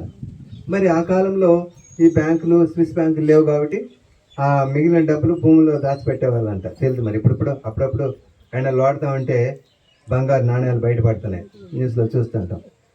దాచిపెట్టిన సొత్తు ధరణి పాలు. చెప్పా పెట్టకుండా పోయేవాడు పోయినాడికి తిరిగి వస్తాడా లేదా, ఎవరెవరు కప్పులు ఇచ్చాడు, ఎవరికి హ్యాండ్ లోన్స్ ఇచ్చాడో, బండు పత్రాలు ఏడ దాచాడో అంటారా లేదా, వాళ్ళు అనుకుంటారు కదా. మరి ఈయన చెప్పకుండా పుట్టుకోమన్నాడు. దాచిపెట్టిన సొత్తు ధరణి పాలు, ఇల్లు సొమ్ములెల్లా బిడ్డల పాలు. ఇంకేది నీది, ఏది మీది కాదు. ఆత్మ విడిచనేని దేహం అగ్నిహోత్రుని పాలు, కఠిన శల్యమ్ములు గంగపాలు, మీద కప్పిన బట్ట మేటి చాకలి పాలు, కొడుకు పెట్టేడు పిండప్పుడు కాకుల పాలు, దాచిపెట్టిన సొత్తు ధరణి పాలు, ఇల్లు సొమ్ములెల్లా బిడ్డల పాలు. అవునా కదా? కాబట్టి ఇంకేది నీది, ఏది నీది కాదు. అంటే ఫుడ్ కావాలి, ఉండటానికి షెల్టర్ కావాలి, ఆనందమైన జీవితం గడపడానికి పైసలు కావాలి. దీనికి మాత్రం నిత్య జీవితంలో జీవితానికి ఎలాంటి లోటు లేకుండా సంపాదించుకుంటూ మిగిలిన సమయాన్నంతా ధ్యాన సాధన చేస్తే మనము ఎప్పటికీ తిరగరాని రోగాలకు వెళ్ళవచ్చు, రావాల్సిన పని లేదు. అదేంటండి మరి ఇంత ప్రకృతిలో ఇంత హాయిగా జీవించాలంటే మళ్ళీ మళ్ళీ రావచ్చు కదా అనుకోవచ్చు. వస్తే మీరు స్కూల్లో చదివేశారండి, ఖాళీగా ఉన్నాను అని మళ్ళీ మీ స్కూల్లో కూర్చుంటారండి? కూర్చోం. ఒకవేళ మళ్ళీ స్కూల్కి వెళ్తే ఎలా వెళ్తారు? విద్యార్థిగా కాదు, నేర్చుకోవడం కోసం కాదు, నేర్పించడం కోసం వెళ్తారు ఒక టీచర్గా. కాలేజీ నుంచి వచ్చేసారు, మళ్ళీ కాలేజీకి వెళ్తే స్టూడెంట్గా కాదు, లెక్చరర్గా వెళ్తారు. అవునా కాదా? కాబట్టి మనము మరి జన్మ అంటూ ఉంటే నేర్చుకోవడం కోసం కాదు, నేర్పించడం కోసం రావాలి. మన టార్గెట్ అలా ఉండాలి. ఒక వివేకానందుడి లాగా, ఒక రమణ మహర్షి లాగా, ఒక సుభాష్ పత్రిజీ లాగా, ఒక ఆదిశంకరాచార్యుల లాగా, ఒక గౌతమ బుద్ధుడు లాగా మళ్ళా మనం ఈ భూమండలానికి వస్తే నేర్పించడం కోసమే రావాలి, కానీ నేర్చుకోవడం కోసం కాదు. అంత నేర్చుకుంటామా అనుకోవచ్చు మీరు. అపారమైనటువంటి ఆత్మజ్ఞానాన్ని ఎంత అద్భుతంగా ఈ తక్కువ జీవితంలో కూడా మనం నేర్చుకోవచ్చు. ఎందుకు నేర్చుకోవచ్చు అంటే మనం ఇప్పుడు ఫోటాన్ బ్యాండ్లో ఉండాము. అసలు ఫోటాన్ బ్యాండ్ ఏంటంటే మనం ఎల్షియన్ జోన్ 75 వరకు ఎల్షియన్ జోన్ నుండి చీకటి కక్షలో ఉన్నాం. అప్పుడు ఎనర్జీస్ తక్కువ. ఏం మేడం, అప్పుడు అంత రవాణా కానీ అంత డబ్బులు కానీ అంత లేదు. రాను ఎంత రిచ్ అయిపోయింది, ఎన్ని సౌకర్యాలు పెరిగినాయి. మరి ఆ దాంతోపాటు ఎనర్జీ కూడా పెరుగుతుంది కదా. మరి మనం ఇప్పుడు ఫోటాన్ బ్యాండ్లో ఉన్నాం. ఒకనొకప్పుడు తపస్సు చేయడానికి, ధ్యానం అంటే తపస్సు చేయడానికి మహర్షులు మాత్రమంతా ఎక్కడికో వెళ్ళాలి, ఇల్లు వదిలేసి వెళ్ళారు, అడవులకు వెళ్ళారు, పుట్టారు పెరిగేటట్టుగా, గడ్డాం పెరిగేటట్టుగా సాధన చేస్తే కానీ ముక్తి మార్గం రాలేదని మనం పేపర్లో చూసాం, పుస్తకాల్లో చదివాం, సినిమాల్లో కూడా చూసాం. మరి ఇప్పుడు ఆ పరిస్థితిలో ఉందా? లేదు. ఎప్పుడైతే ఎల్షియన్ జోన్ నుంచి ఫోటాన్ పాయింట్కి వచ్చేసామో 2012లో పత్రిజీ 3 గంటలు 4 గంటలు ధ్యానం చేపించాడు. ఎవరికైనా గుర్తుందా? అంటే ఎప్పుడైతే 2012 డిసెంబర్ 21 నాటికి పూర్తిగా వెలుగు కచ్చలేకి ఈ భూమండలం వచ్చేసింది. 4 సంవత్సరాలు 41 రోజులు 40 సంవత్సరాల ధ్యానం అవసరం లేదు. అప్పుడు ఫోటాన్ పాయింట్ అంటే ఎనర్జీ సిస్టమ్ మారిపోయింది కాబట్టి 4 గంటల ధ్యానం చాలు. దాని తర్వాత ఇప్పుడేంటి, సంపూర్ణంగా మనం ఈ ఫోటాన్ బ్యాండ్లో ఉన్నాం. ఇప్పుడు ఏంటంటే 40 నిమిషాలు చాలు, 4 గంటలు కూడా అవసరం లేదు. అది ఎలా అంటే ఒంటరిగా కూర్చొని కాదు, ఇద్దరు దానికి మించి. ఫస్ట్ సిట్టింగ్లో కూడా సామూహిక ధ్యానం అంటాం, గ్రూప్ మెడిటేషన్ అంటాం. ఫస్ట్ సిట్టింగ్లో కూడా తపన ఉంటే, నేను ఆధ్యాత్మికంగా ఎదగాలని తపనతో నువ్వు వచ్చి కూర్చుంటే ఫస్ట్ సిట్టింగ్లో కూడా 40 మినిట్స్లో అపారమైనటువంటి ఆత్మ జ్ఞానాన్ని పొందేటువంటి ఎనర్జీ సిస్టమ్ ఇప్పుడు ఉంది. ఫోటాన్ పాయింట్కి ఒకసారి చప్పట్లు కొడదాం మనం.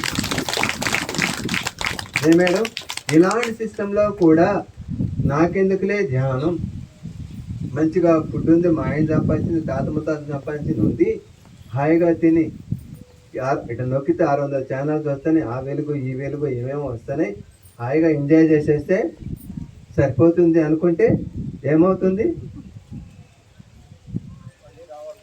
అదే కదా ప్రత్యేకంగా చెప్పాల్సింది మళ్ళీ. కాబట్టి ఎన్ని జన్మల పుణ్యఫలమో, మానవుడిగా పుట్టామని సంకలు తట్టుకునేది కాదు. ఎన్ని జన్మల పుణ్యఫలమో మానవుడిగా భౌతికపరమైన పాఠాలతో పాటు ఆత్మపరమైన పాఠాలు నేర్చుకోవడానికి ఇప్పుడున్న పరిస్థితుల్లో 91 నుంచి కూడా భూమండలంలో అద్భుతంగా తీర్చిదిద్దడానికి Patriji pyramid spiritual societies movement అనేది స్థాపించారు. లక్షలాది కుటుంబాలను, కోట్లాది ప్రజలను మార్చాడు ఆయన. మరి ఇప్పుడే ఈ అవకాశాన్ని సద్వినియోగం చేసుకోకంటే ఎవరో వస్తారు, ఎవరో ఉద్ధరిస్తారు, ఎవరో ఉద్ధరించే మార్గం మాత్రం చూపిస్తారు, కానీ మనకు మనమే ఉద్ధరించుకోవాలి. అయితే పత్రిజీ వచ్చినప్పుడు తిరుపతిలో మొట్టమొదటి పాంప్లెట్, మేము అప్పుడు ఏదైనా వ్యాపార ప్రకటనలు అయితే నేను రాస్తాను అద్భుతంగా, కానీ ఈ ధ్యానం గురించి రాయమని నేనేం రాయగలిగినప్పుడు, అందుకని సార్ నాకు చెప్పకుండానే ఒక పేపర్ తీసుకోవాలి అని చెప్పి ఇస్తే, పేపర్ ఇస్తే మరి అన్నమయ్య యొక్క ఒక స్లోగన్ దాని మీనింగ్ ఆ మారి రాసి వైట్ పేపర్ స్టేజ్లో రాసి బ్లాక్ అండ్ వైట్ అప్పుడు కలర్లు కూడా లేవు, ప్రింట్ చేసి అన్నమయ్య జ్ఞాన బోధ. దాంట్లో ఏముంది, నానాటి బతుకు నాటకం కనది ఇవన్నీ ఉన్నాయి కదా. ఇవన్నీ పద్యాలు రాసి దానికి ఆన్సర్ రాసి కేశవరాజు నీ డబ్బులతోనే ప్రింట్ చేయాలన్నాడు. మనం గురువు మాట కాదంటామా, ఎస్ సార్ అన్నాం. ప్రింట్ చేసి సార్ కరెక్షన్ చేశాడు, 1-4 సార్లు తెచ్చిచ్చినాం. మేము నలుగురమే కదా, మీరు నలుగురు వెళ్ళి తిరుపతి 4 వీధులు అప్పుడు ప్రధానంగా, ఇప్పుడు చాలా అయినాయిలే. మీరు నలుగురు వెళ్ళి సాయంత్రం పూట ఒక 6 గంట 10 నిమిషాలు పనిచేసి రండి అన్నాడు. పోయినాం, 4 వీధులకి వెళ్ళాం. పంచుతుంటే ధ్యానం అని పెద్ద అక్షరాలతో ఉంది కదండి, నడిచిపోయేవాడు కానీ సైకిల్లో పోయేవాడు కానీ ధ్యానం అంటే పాంప్లెట్ చూపిస్తానే నాకొద్దు అనేసి పోయేవాళ్ళు కొంతమంది. వాడు చూడకుండా దగ్గరికి వచ్చి పేపర్ తీసుకొని ధ్యానం అనేది నాకు సంబంధం లేదని నలిపడేసేవాళ్ళు కొంతమంది. ఇవిడో 1 2 ఇది నాకు ఉపయోగపడుతుందేమో ఫ్యూచర్ అని మా జాగ్రత్తగా మడిచి జబ్బులో పెట్టుకునేవాడు కొంతమంది. ఇవన్నీ సీన్లు చూసాం. కింద పడిపోతుంది, కింద పడిపోయిన వెంటనే మనం వంగే లోపల ఏ సైకిల్ వచ్చి దాన్ని తొక్కేస్తుంది. ఆ సైకిల్ తొక్కిన పేపర్ తీసుకోవాలా లేదా, ఇది ఒక సందిగ్ధం.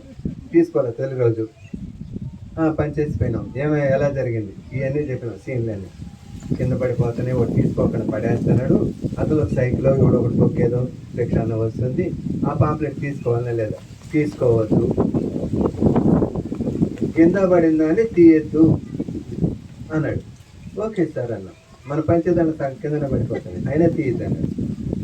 సరే, ఎందుకు తీయవద్దు, మన మనసులో ఉంటుంది కదా, కింద పడింది తీయద్దు అన్నాడు.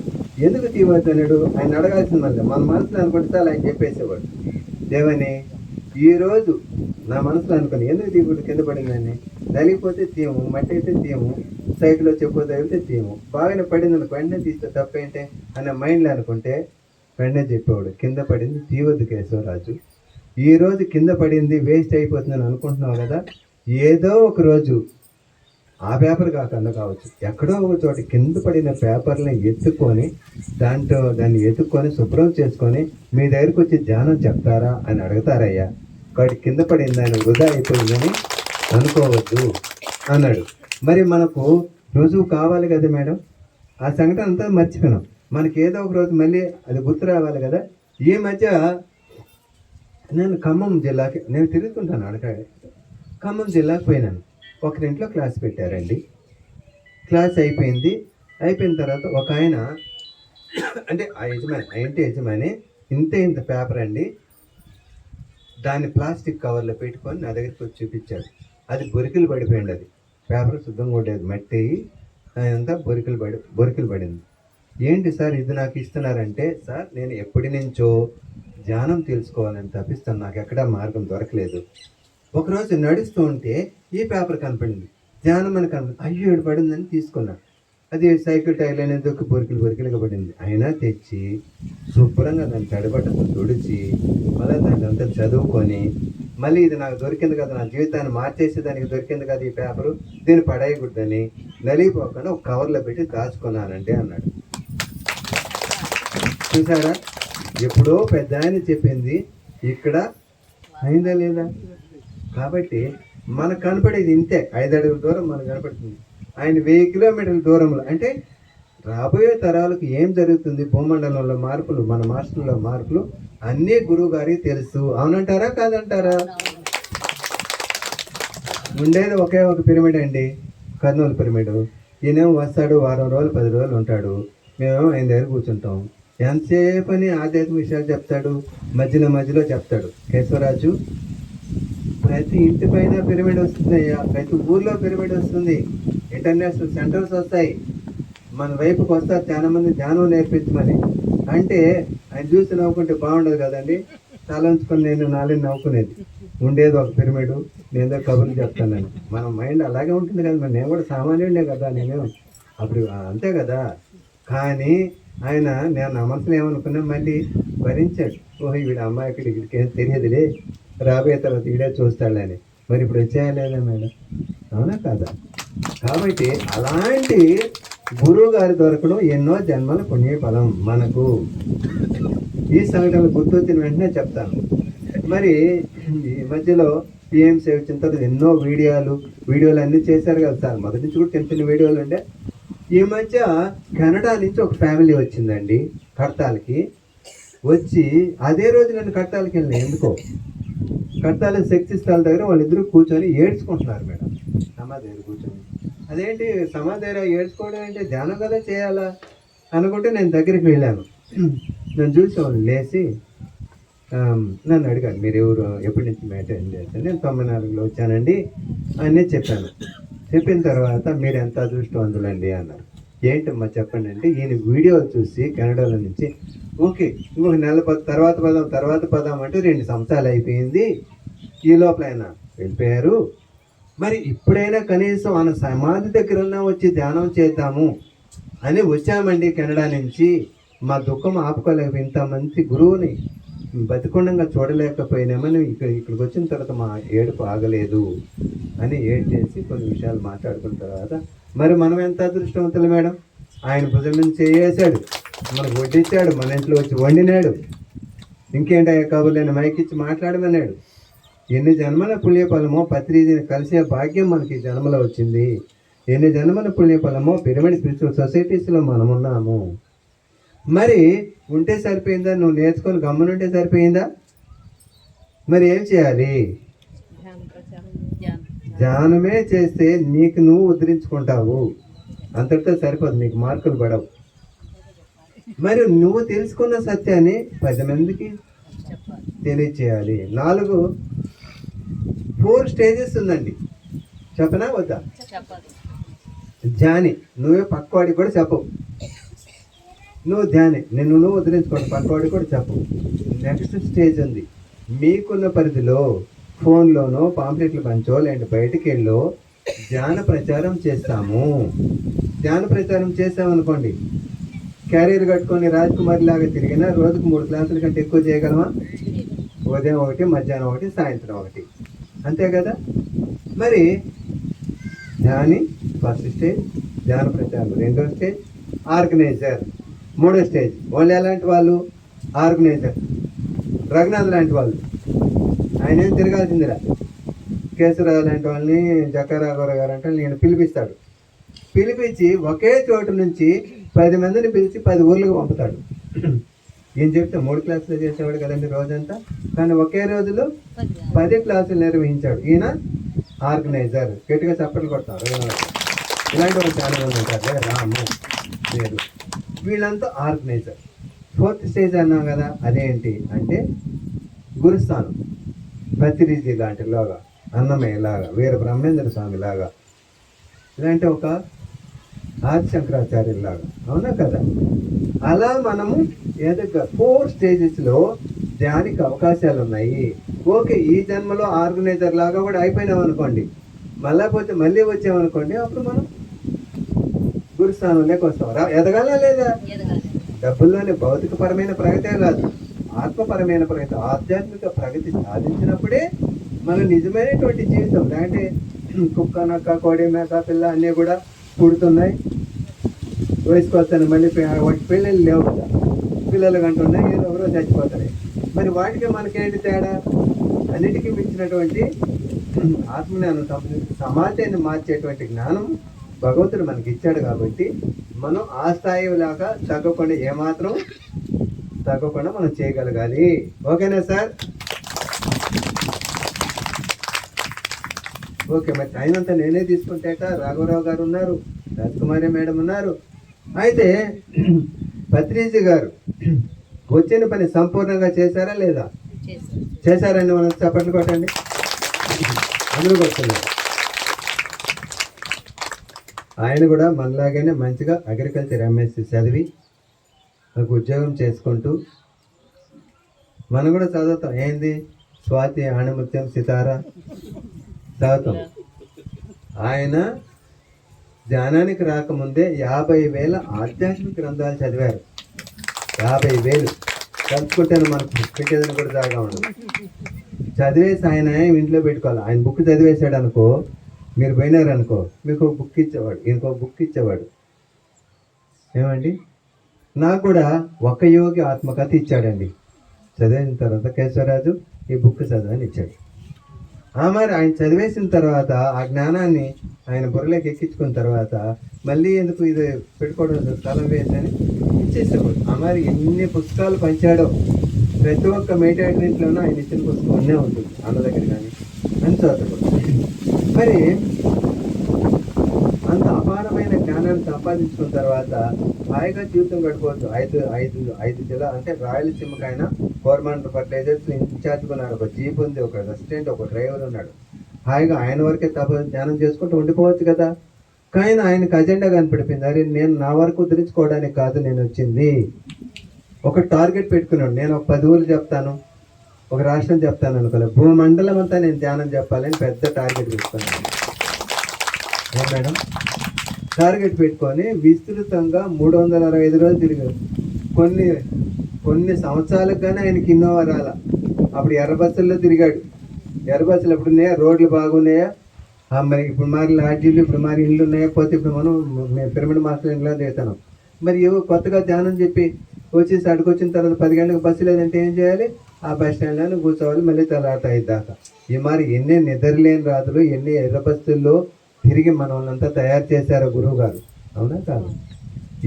మరి మనం ఎప్పుడన్నా తడేసి మరి మేము బలంతంగా ఇప్పుడు విజయనగరం నుంచి ఒంగోలు క్లాసుకి రావాలండి. 1000 కిలోమీటర్ల కారులో ఎందుకండి, మనం ట్రైన్లో పోదాం అని ఎట్లా సార్ని ఒప్పించాం. ఆయన నుంచి కారు పంపించాను. ఏదో సెకండ్ ఏసీలో సార్ చేసాం. అందరం 10 మంది ఎక్కినాం. అది తెల్లారితే 7 గంటలకంతా ఒంగోలుకి వెళ్ళాలి. అది 3 గంటలు ఆలస్యమైంది. 3 గంటలు ఆలస్యం అయితే నాకు ఒక ఐడియా వచ్చింది. అన్నకు ఫోన్ చేయను, అన్న 7 గంటలకు దిగాలి, ఇది 8కో 8:30కో విజయవాడ వచ్చేటట్టు, మేము పోయి అక్కడికి 11 అవుతుంది. అంతవరకు గురువు గారికి మనం ఇంతమంది ఉండి కూడా టిఫిన్ పెట్టలేకుంటే ఎట్టాగా ఆయన మరి మీరు ఏర్పాటు చేసుకుంటారు. ఆయన కరెక్ట్గా వేడి పొంగలు చేసుకొని స్టేషన్కి వచ్చారు. గురువు గారికి తెలియదు ఎటా ఏ ట్రైన్ అయినా విజయవాడలో 20 నిమిషాలు ఉంటుంది. కరెక్ట్గా భోగిలేకి తీసుకొని వచ్చి టిఫిన్ పెట్టాడు. ఏంది ఇదంటే, సార్ మీరు నిద్రపోతున్నారు, నేనే చెప్పాను, అన్నకు చేసేసాడు, మంచిగా టిఫిన్ చేసి మళ్ళీ అలా వెళ్ళిన తర్వాత మళ్ళీ మేమేం చేయాలి, ఆ ప్రోగ్రామ్ చూసుకొని రాత్రి మళ్ళీ ధర్మవరం వెళ్ళాలి. మేమేం చేసాము, సార్ అక్కడి నుంచి మళ్ళీ ధర్మవరం ట్రైన్ ఎక్కేద్దాం, తెల్లారికంతా ధర్మవరం వెళ్తాం, కారు మళ్ళీ ఇక్కడికి ఏదో ఒక టైంకి వస్తుందంటే టికెట్ బుక్ చేయమన్నప్పుడేమో సరే అన్నాడు. కానీ తెల్లారితే మేము 8కంతా ధర్మవరంలో ఉండాలి. ఏమనుకున్నాడు, ఇంకా ట్రైన్ 1 గంట మనం స్టేషన్ పోయి ఎక్కుతానగా, నేను ట్రైన్లో రానయ్యా, నేను ట్రైన్లో రాను, కారులోనే పోదామన్నాడు. తెల్లారితే 8కి మేము అటు ఉండాలి కదా. ఈయనకి అటు తెలిసిందో ఆ ట్రైన్ కూడా లేటు. కారులో వెళ్ళి మేము తెల్లారితో రాత్రి మేము నిద్ర డ్రైవర్ తీసుకుని తెల్లారితో 6:30కంతా ధర్మవరంలో నిలిపినాడు. ఈ ట్రైన్ ఎప్పుడు వచ్చింది, ఉదయం 10 గంటలకు వచ్చింది. ఇది గ్రహించేనేమో నేను ట్రైన్ ఎక్కను, ట్రైన్ ఎక్కితే ఆడ ఆ పెళ్లి మొత్తం దాటిపోతుంది. గురుగారు ఎప్పుడు క్షణం కూడా ఆలస్యంగా పోరు, ఏ కార్యక్రమం టైం ఇచ్చాడు టైం ప్రకారం. అలా అన్ని విషయాలు ఆయనకి తెలుసు, ఆయన తెలిసినట్టుగా చెప్పడు. అలాంటి అద్భుతమైన గురువు గారు మనకు దొరికారు ఈ జన్మలో. ఏం మేడం, అలా విస్తృతంగా ప్రచారం చేస్తూ మనమంతా తోడై ఒక ఫ్రెండ్ లాగా, ఒక అన్నయ్య లాగా, ఒక తండ్రి లాగా మనల్ని ఎంత బాగా చూసుకున్నారు ఆయన. చూసుకొని మరి ప్రతి ఒక్కరికి ఒక అజెండా ఉంటుంది కదండి, ప్రతి ఒక్కరి ఒక అజెండా ఉంటుంది కదా. ఆయన కూడా అజెండా ప్రకారం లక్షలాది కుటుంబాలను ధ్యానులుగా మార్చేసిన తర్వాత మనం కూడా రిటైర్డ్ అవుతాం కదా మేడం, 5 సంవత్సరాలు. ఆయన కూడా రిటైర్మెంట్ కావాలి కదా. ఆయన కూడా మరి రిటైర్మెంట్ ఏంటి, నిష్క్రమణ, స్టేజ్ దిగేయాలి.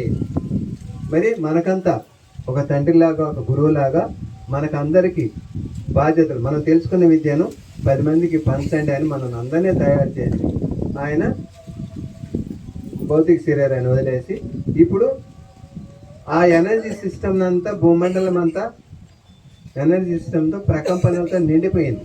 అప్పుడుంటే ఒకరే, ఇప్పుడు లక్షలాది మంది హృదయాలలో ఆయన ఇచ్చినటువంటి టార్గెట్ మనంతా కంప్లీట్ చేయడానికి కంకణం కట్టుకొని అద్భుతంగా ప్రచారం చేస్తున్నాను. ఏది ఆగట్లేదు, పిరమిడ్లు ఆగట్లేదు, శాఖా ర్యాలీలు ఆగట్లేదు, కార్యక్రమాలు ఆగట్లేదు. మరి ఆయన అంత విద్యను మనకు బోధించిన తర్వాత మనకు ఖాళీగా ఎందుకుంటాం మేడం, మనం అద్భుతంగా చేస్తూ ఉంటాం. దాంట్లో భాగమే ఆయన 1,00,000 ఆధ్యాత్మిక గ్రంథాలు చదివితే మనం ఇప్పుడు చదవగలమా? కాబట్టి ఆ యొక్క ఎన్నో సందర్భాలు చేశాడు. మీరు అన్ని చదవాల్సిన పని లేదయ్యా. దాంట్లో ఎసెన్స్ అనేది తీసి దాన్ని మంచిగా గ్రైండర్లో వేసి ఒక జ్యూస్ లాగా తయారు చేశాను. అంటే ఎసెన్స్ అంతా సింప్లిఫై చేసి మీకు ఇస్తున్నాము. అది తెలుగులో ఆనాడు 2001లో ధ్యానాంధ్రప్రదేశ్. అపారమైన జ్ఞానాన్ని, ఎంతోమంది మహాత్ములు అందించినటువంటి జ్ఞానాన్ని ఈ ధ్యానాంధ్రప్రదేశ్ రూపంలో ప్రతి తెలుగింటికి పంచాలి అని మొదలుపెట్టారు గురువు గారు ధ్యానాంధ్రప్రదేశ్ పేరుతో. రాష్ట్రం రెండుగా విడిపోయిన తర్వాత మన లక్ష్యం ఏదైతే ఉందో ధ్యానాంధ్రప్రదేశ్ అయిపోయింది, రాష్ట్రం రెండుగా విడిపోయింది. మనకి ధ్యాన లక్ష్యం ధ్యాన జగత్ కాబట్టి పేరు మార్చారు. సరే, పేరు మార్చి ఇది ప్రతి తెలుగు వారికి, ఇక్కడే కాదు ఈ యొక్క దేశంలో ఎక్కడున్నా వేరే దేశాల్లో ఎవరైనా సరే తెలుగు వాడంటే ఈ మ్యాగజైన్ చదవాలి, అదే లక్ష్యం అని చెప్పి మనకు అప్పచెప్పారు. మరి కరోనా వచ్చిన తర్వాత వేరే దేశాలకు పంపించేది కష్టతరం అయిపోయింది మ్యాగజైన్ కూడా. అప్పుడు గురువు గారిని అడిగినాం, ఏం చేద్దాం సార్, విదేశాలకు ఇప్పుడు కొరియర్ కానీ రిజిస్టర్ పోస్ట్ కానీ చాలా కష్టంగా ఉందంటే, ఇంకోటి ఆలోచించవయ్యా, నేను చెప్పేది ఏందన్నాడు. మరి ఇంటర్నెట్ సౌకర్యం ఉండేటప్పుడు ఏం చేయాలి? మన వాట్సాప్ ఫేస్బుక్ లాగా దాన్ని కూడా క్రియేట్ చేసి ఒక వెబ్సైట్ చేసి www.dhyanjagat.com అనేది ఒకటి క్రియేట్ చేసి దాంట్లో ఈ మ్యాగజైన్లన్నీ పెట్టాం. ఆ మ్యాగజైన్లు ఈ ధ్యాన్జగత్.comలోకి వెళ్ళి మనం గూగుల్లో కొడితే ఓపెన్ అవుతుంది. అప్పుడు మన ఈమెయిల్, దాంట్లో మనం ఈమెయిల్ ప్రతి ఒక్కరికి ఉండాలి. ఈమెయిల్ కానీ దాన్ని వేసామంటే కొట్టిన వెంటనే మనకు పాత మ్యాగజైన్తో పాటు కొత్త మ్యాగజైన్లు కూడా వచ్చేస్తాయి. నువ్వు సెల్ ఫోన్లో చదువుకోవచ్చు, ల్యాప్టాప్, డెస్క్టాప్, టీవీలలో కూడా సీరియల్ చూసినట్టుగా ధ్యాన్జగత్ మ్యాగజైన్ చదువుకోవచ్చు. ఇన్ని సౌకర్యాలు ఎందుకు ఇచ్చాము? గురువు గారి లక్ష్యం ఏదైతే ఉందో ప్రతి తెలుగువాడు ఈ మ్యాగజైన్ చదవాలి అంటే మనం ఏం చేయాలి? ఆ ఆశయాన్ని, లక్ష్యాన్ని మనం కూడా భాగం పంచుకోవాలి కదా. అలా 2021 నవంబర్ 14న ఈ ధ్యాన జగత్ అనేటువంటి మాసపత్రికని ఈ కాపీ కూడా మనం రిలీజ్ చేయడం జరిగింది. అలా ఇట్లా ఈ కాపీ మనంతా మామూలు ఫిజికల్ కాపీ. ఎవరైతే సాఫ్ట్వేర్లు ఉంటారు, కొందరు జర్నీలోని కార్లో పోయేటప్పుడు మేము మాకు ఇలా ఈజీ ఉంటుందంటే అలా వాళ్ళు డౌన్లోడ్ చేసుకొని చదువుతూ ఉంటారు. మరి మనమంతా కూడా ఇప్పుడు ఎంతోమంది కొత్త వాళ్ళు వస్తున్నారు, ధ్యాన్జగత్ ఉందని కూడా చాలామందికి తెలియదు. మేము ఏదో ఒక రోజు వచ్చిపోతాం. మీరు చదువుకున్న పుస్తకాలే, మీరు తెలుసుకున్న జ్ఞానాన్ని 10 మందికి పంచుతూ పత్రిజీ ఆశయం ఏదైతే ఉందో ధ్యాన జగత్, శాఖా జగత్, పిరమిడ్ జగత్, దీంట్లో భాగంగానే మన తెలుగు వాళ్ళకు మ్యాగజైన్ ఉంది అని మీరే దాన్ని ప్రమోట్ చేయాలి. ఇప్పుడు ఉన్నటువంటి ఈ స్పీడ్ యుగంలో మనకు పిఎంసి వచ్చింది. ప్రపంచవ్యాప్తంగా సార్ ప్రవచనాలు, మన మాటలను, మన అనుభవాలను పంచడానికి పిఎంసి సపోర్ట్ చేయాలి. మూడవది ఏంది? ఎక్కడైనా చిన్నదో పెద్దదో పిరమిడ్ నిర్మిస్తామంటే మనం సహాయం చేయాలి. మీరు 1 కేజీ బంగారం వేసుకున్నారా, 7 అంతస్తుల మేడ ఉందా, 4 కార్లు ఉన్నాయా, ఇవన్నీ మనం వదిలేసిపోయేటివి.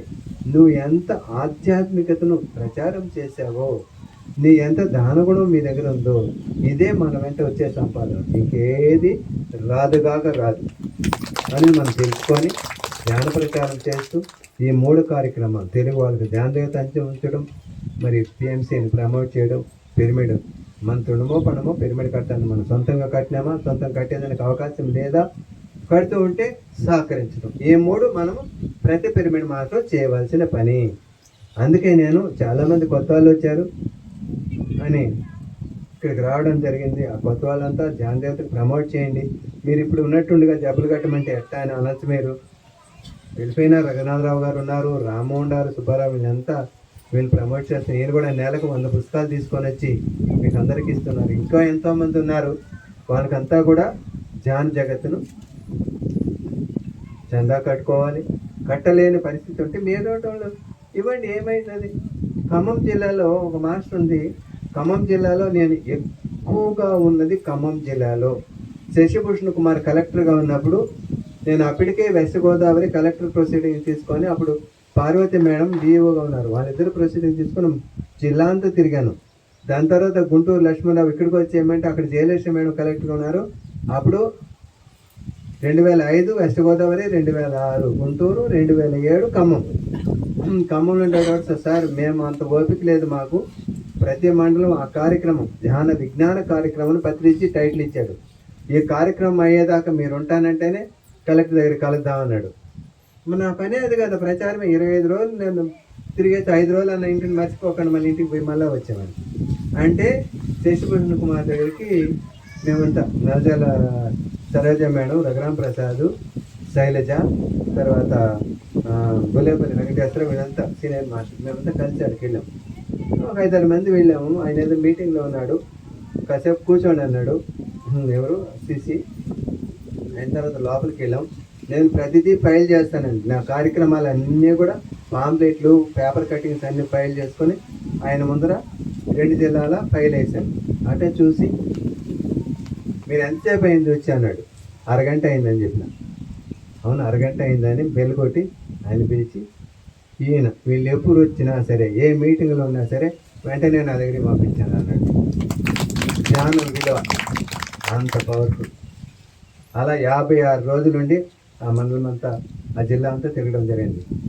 అప్పుడు వెస్ట్ గోదావరి కలెక్టర్ 2005లో లవ్ అగర్వాల్, చాలా స్ట్రిక్ట్ కలెక్టర్ ఆయన. ఆయన దగ్గరికి ఈమె తీసుకుపోయింది పార్వతి మేడం, డిఓ. తీసుకెళ్తే అందరూ అన్నారు ఆయన ఎవరిని లోపలికి కూడా రాయనాడు, మీరు వెళ్తున్నానే. వెళ్ళి కార్డు ఇచ్చిన వెంటనే 2 నిమిషాల్లో లోపలికి పిలిచాడు. పార్వతి మేడం ఉంటే నమస్కారం పెట్టి, అప్పుడు ఫైలే లేదు మనకి, ఇదంతా చేసింది పెట్టి, నేను ధ్యానం చేస్తాను, ధ్యాన ప్రచారం చేయాలనుకున్నాం. ఆల్రెడీ కస్తూర్బా గర్ల్స్ స్కూల్లో 4 రోజులు ప్రోగ్రామ్ చేసామండి, బాగుంది పిల్లల మార్పు అని ఇవి చెప్పింది. అయితే ముందు నాకు అరగంట ధ్యానం చెప్పండి అని ఫస్ట్ ఆయన ధ్యానం నేర్పించుకుని అరగంట ధ్యానం చేసిన తర్వాత అప్పుడు మీకు ఎలా కావాలో ప్రొసీడింగ్ చెప్పండి అంటే, మనం ఎలా రాసామో అలా ప్రొసీడింగ్ తయారు చేసి ఇచ్చాం. అలా అయింది.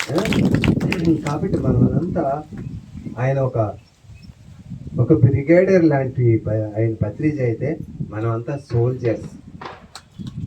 ఏ సోల్జర్స్? Spiritual soldiers. అవునా కదా? స్పిరిచువల్ సోల్జర్ చప్పట్లు సరిగా లేవే.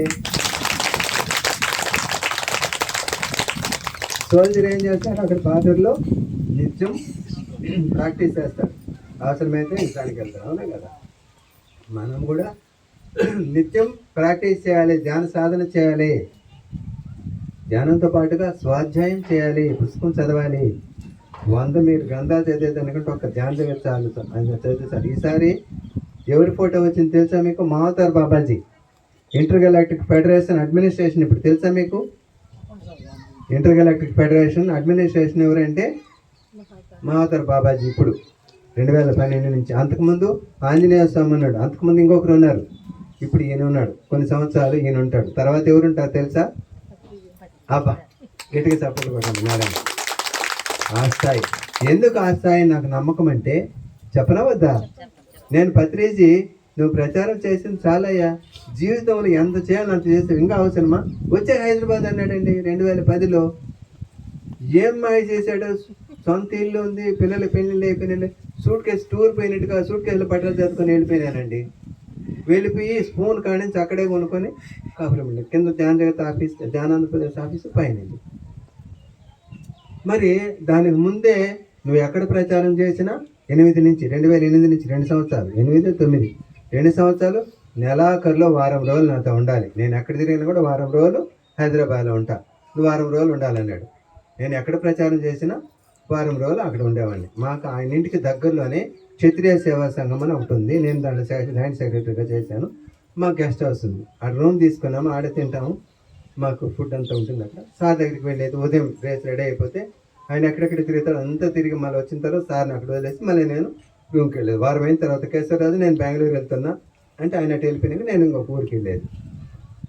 అప్పుడు సార్తోనే ఉంటాను కదండి ఉదయం నుంచి. ఎంతోమంది వస్తూ ఉంటే సార్ వాళ్ళు మాట్లాడుకునేది అంతా కూడా వినేవాడిని. ఒకరోజు హిమాలయ యోగి ఒక ఆయన వచ్చాడండి, మంచిగా గడ్డం పెట్టుకొని కష్టపడుతున్న వేసుకొని, ఒక యోగేశ్వరుడు ఎంతో తేజస్తో ఉన్నాడు మేడం. వచ్చాడు, సారు లోపల ఉన్నాడు, హాల్లో ఎక్కడ ఉన్నాడు. వస్తే వరండాలో వస్తే నేను నమస్కారం పెట్టి హిందీలో మాట్లాడి, నాకు కొంచెం హిందీ వచ్చి మాట్లాడితే హిమాలయ స్థాయి సార్ మిల్నేకి అంటే సరే అని చెప్పి కూర్చోండి అని చెప్పి సోఫాలో కూర్చోబెట్టి నేను గురువు గారికి పోయి చెప్పానండి, ఇట్లా హిమాలయస్ నుంచి ఒక ఆయన వచ్చారండి, మీతో కలవాలంట. ఆయన వచ్చారు. సరే ఎదురెదురుగా కూర్చున్నారు, నేను అటు కూర్చున్నాను. ఈయన ఆయన ముఖం చూస్తాడు, ఆయన ఈయన ముఖం చూస్తాడు. అరగంట అయింది, ఈయన మాట్లాడలేదు, ఆయన మాట్లాడలేదు. ఆ హిమాలయస్ నుంచి వచ్చి ఆయన లేచి వెళ్ళిపోతున్నాం జారం అని చెప్పి బయటకు వచ్చినాడు. నేనేంది మాట్లాడాలి, నేను హిమాలయస్ నుంచి వస్తే ఏమి మాట్లాడకుండా వెళ్ళిపోతున్నానని నాకు ఆతృత కదా. బయటకు వచ్చి ఏం సార్ వచ్చారు ఒకరి ముఖం చూసుకుని వెళ్ళిపోతున్నారు ఏంటంటే ఏమని మాట్లాడమంటారు.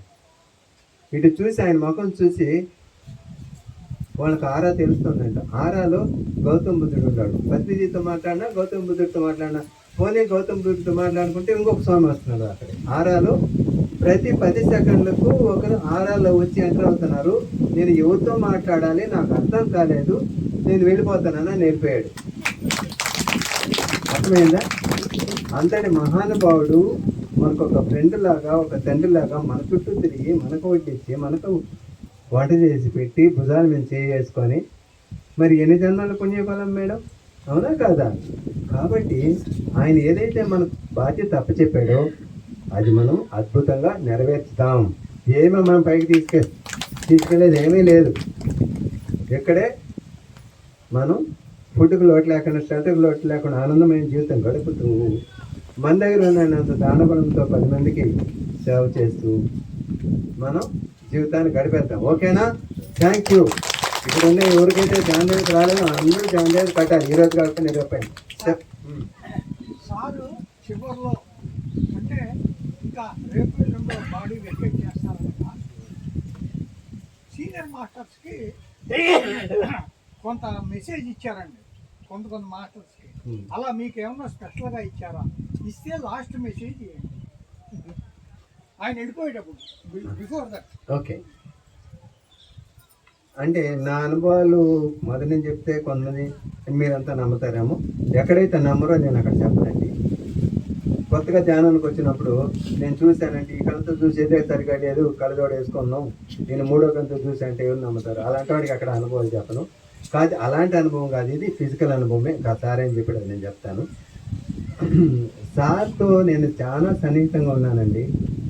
మరి ఎక్కడికి టూర్ వచ్చినా ఆయనతో పాటు నేను వచ్చేటప్పుడు బట్టలు కూడా నేనే సర్దేవాడిని.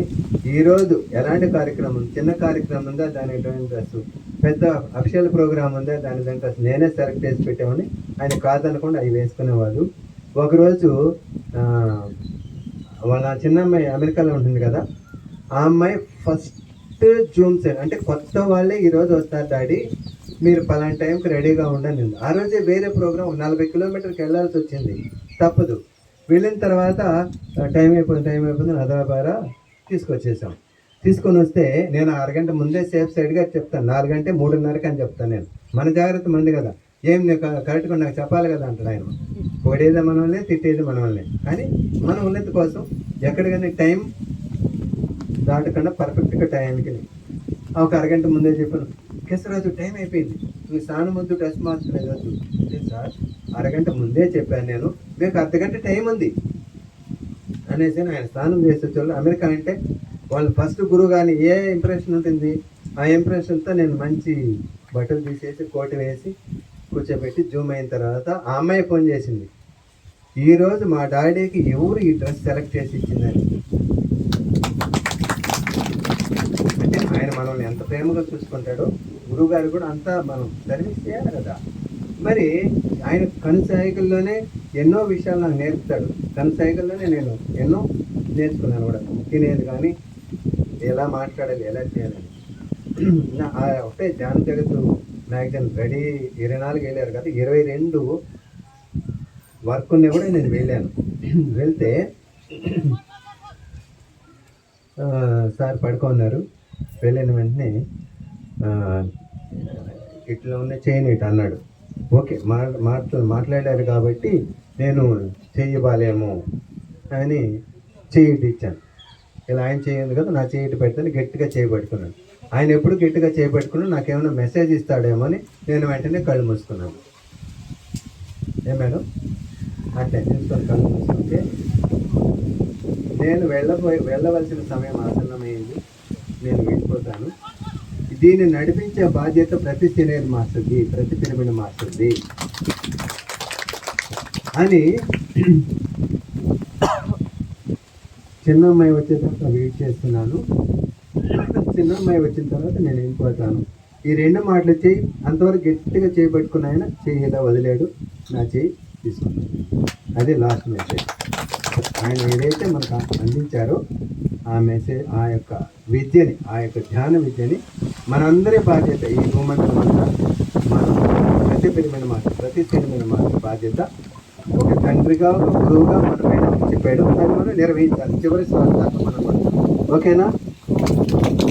ఇప్పుడు జక్కా రాఘవరావు గారు, ఆయన ఏదైనా ఒక పని అనుకుంటే అద్భుతంగా నిర్వహిస్తారు. అనేక కార్యక్రమాలు. రాజకుమారి మేడం మెడిటేషన్లో ఉన్నారు, ఇంకా మెడిటేషన్లో ఉన్నారు కదా. కాబట్టి అన్న సందేశాన్ని తీసుకున్నాం.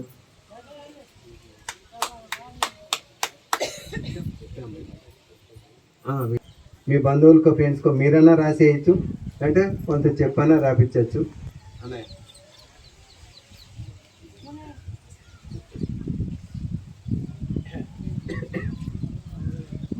ఎలా ఫీల్ అయ్యారమ్మా క్లాస్ అంతా? కొత్తగా వచ్చినటువంటి వాళ్ళు ఎంతమంది గీత వేస్తండి ఫస్ట్ టైం?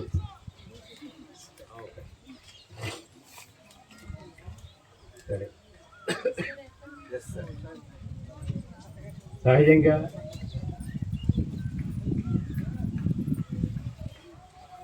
ధ్యానం అనేసరికి మనం అంతా ఏమంటామంటే, ధ్యానం వల్ల లాభాలు ఏమిటి అని పాంప్లెట్ చదివారా మీరు? ఏకాగ్రత వస్తుంది, జ్ఞాపక శక్తి పెరుగుతుంది, సంకల్పాలు నెరవేరుతాయి, కోరికలు ఏమైంటాయి, కోరికలు తీరిపోతాయి, వ్యాపారం ఉంటే వ్యాపారంలో కలిసి వస్తుంది, సమస్యలు ఉంటే సమస్య నుంచి బయటపడిపోతాం. ఇవన్నీ జనరల్గా ధ్యానం వల్ల లాభాలని చెప్పి అందరూ చెప్తూనే ఉంటాం. అయితే ఒక చిన్న ప్రశ్న వేస్తాం. ఒక యోగి ఈయన కనుక ఎవరైతే జ్ఞాని, ఆత్మజ్ఞానం కావాలని చెప్పి కోరుకున్నారో, అలాగే నాకు కూడా ఆత్మజ్ఞానం కావాలని చెప్పని తపస్సులు కూర్చున్నాడు. 1 సంవత్సరం వల్ల తపస్సు అయిపోయింది. ఆయన కోరుకున్నటువంటి దేవుడు కనపడ్డాడు. అయ్యా, సంవత్సరం నుంచి చక్కగా తపస్సు చేసావు, నీ కోరిక ఏమన్నా ఉంటే చెప్పు అని చెప్పి అని అడిగాడు. ఆయన అంటాడు, అయ్యా సంవత్సరం అయింది నేను భోజనం చేసి, నాకు అర్జెంట్గా ఆకలి వేస్తాం, భోజనం పెట్టి అంటాడా? ఒకవేళ అంటే వాటి గురించి మనం ఏమనుకుంటాం?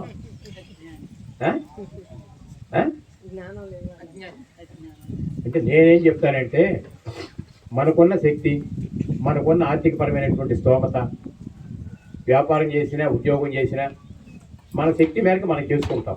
మనకు వచ్చే ఆదాయంతో మన ఇంట్లో ఖర్చులు కానీ, పిల్లల చదువు సంఖ్యలు కానీ, మన డెవలప్మెంట్ అనేది మనం చేసుకుంటాం. దానికోసం ధ్యానం పణంగా పెట్టాల్సిన పనిలే. ధ్యానం అనేది చాలా గొప్ప కాన్సెప్ట్. ఒక వ్యక్తి భౌతిక శరీరంతో జీవిస్తూ ఆత్మహత్య జీవించే స్థాయికి ఎదగాలని అంటే మనిషికి జీవనాధారం ఏమిటి? జీవనాధారం ఏంటి మనిషికి? శ్వాసే కదా. శ్వాస ఉంటే జీవుడు ఉంటున్నాడు, శ్వాస లేకపోతే జీవుడు వెళ్ళిపోతాడు.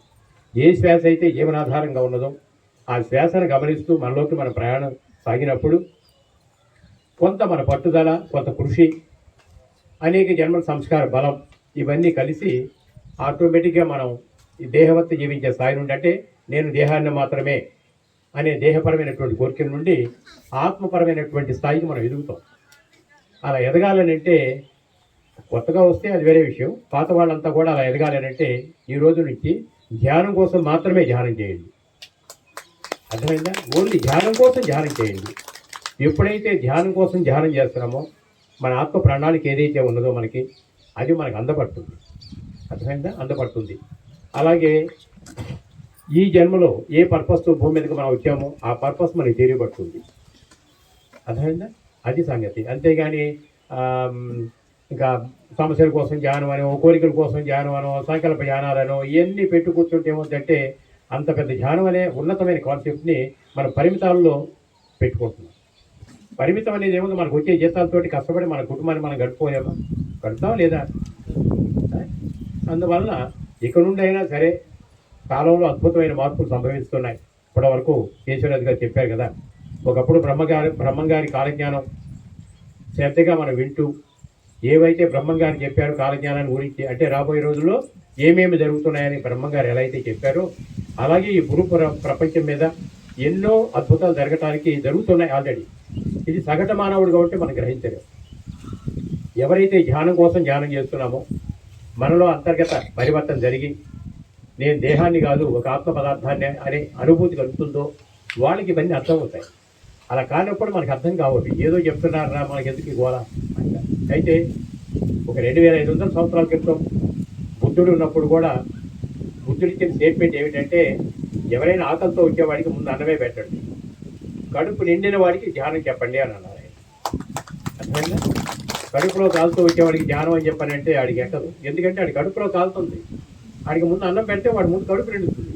కడుపు నిండిన తర్వాత అప్పుడు నువ్వు కావాలంటే ధ్యానం గురించి చెప్పు. ఇది బుద్ధుడు చెప్పింది ఎప్పుడు 2500 సంవత్సరాల క్రితం. కానీ ఇప్పుడున్న కాలమాన పరిస్థితుల్లో ధ్యానం దేనికోసం ఉందంటే మన వాస్తవంలో మనం జీవించడానికి. ఏది మన వాస్తవము?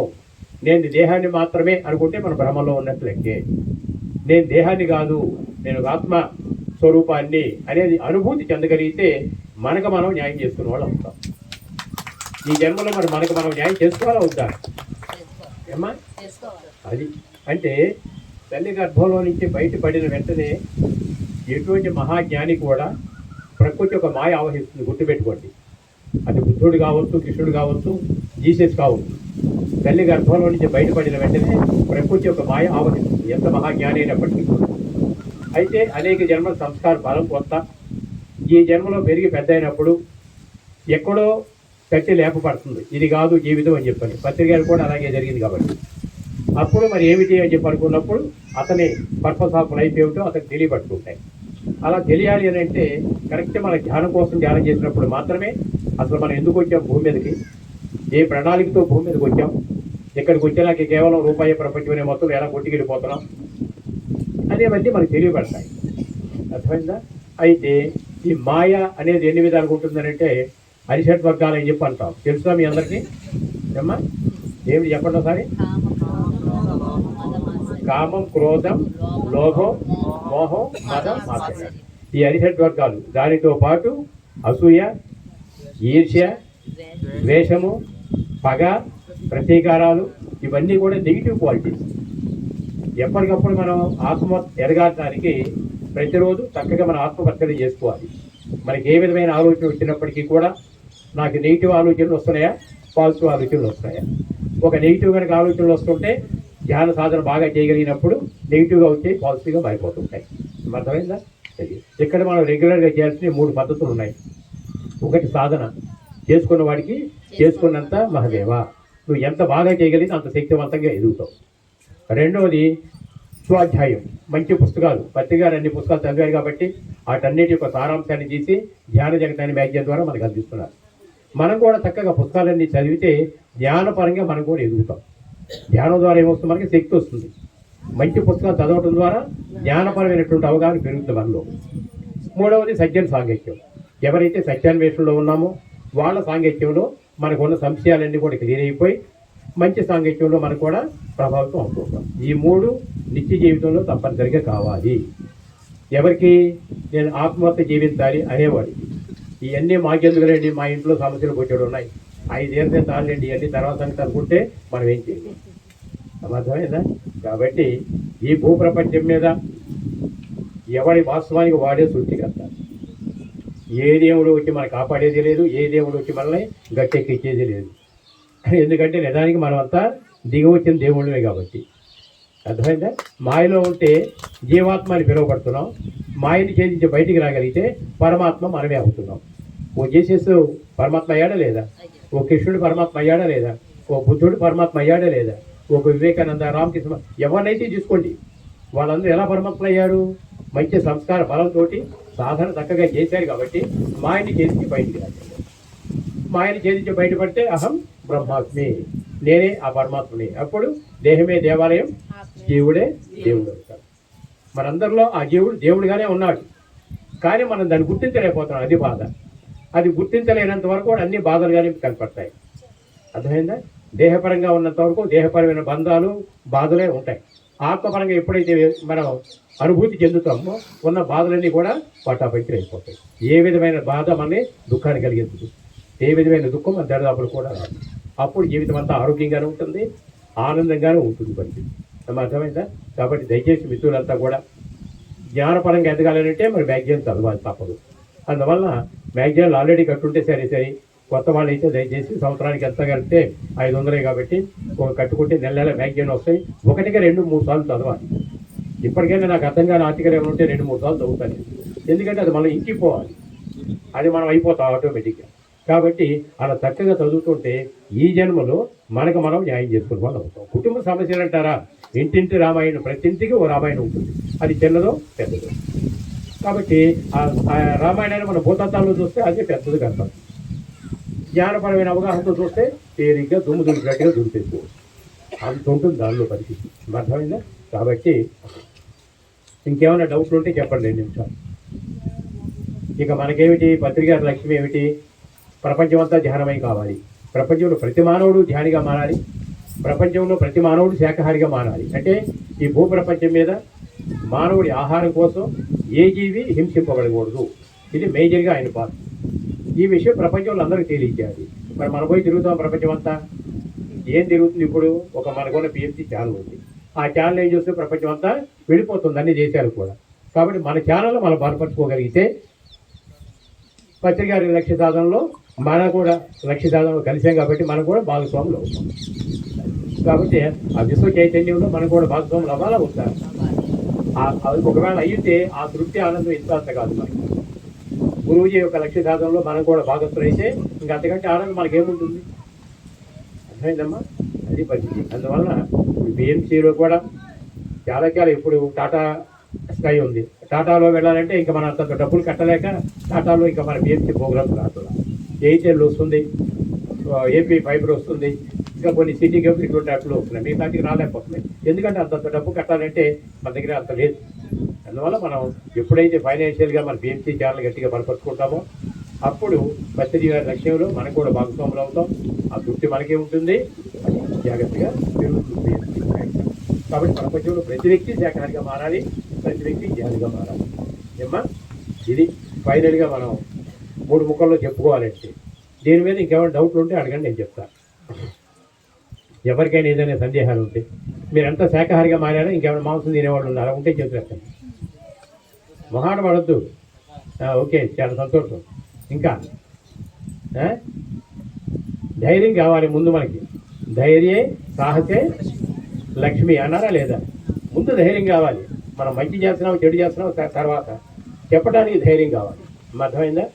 కాబట్టి భూప్రపంచం మొత్తం మీద కూడా ఏ జీవిని చంపి ఆహారంగా తీసుకోవటం అన్నది ప్రకృతికి విరుద్ధమైన పద్ధతి. కాబట్టి దయచేసి ఇక నుండి అయినా మనం శాకాహారిగా మారదాం. రోజు చక్కగా ధ్యానం చేద్దాం. మన జీవితాన్ని మనం పండగ చేసుకోవాలి. అది పరిస్థితి అమ్మా.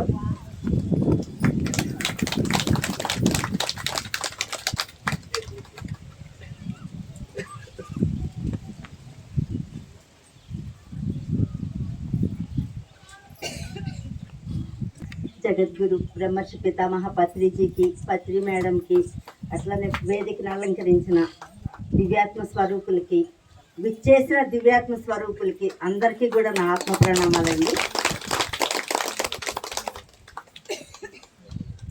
ఈరోజు మన కేశవరాజు సార్ చెప్పిన అనుభవాలు విన్నారు కదా.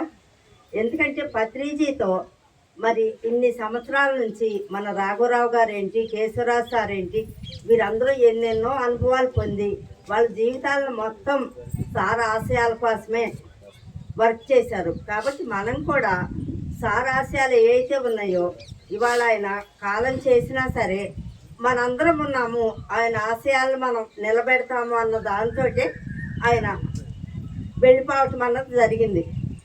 ఆయన ఆశయాలు ఏంటమ్మా? ధ్యాన జగత్, శాకాహార జగత్, పిరమిడ్ జగత్. మరి ఈ ఆశయాల లక్ష్యంగానే కదా మరి మనం పనిచేయాల్సింది.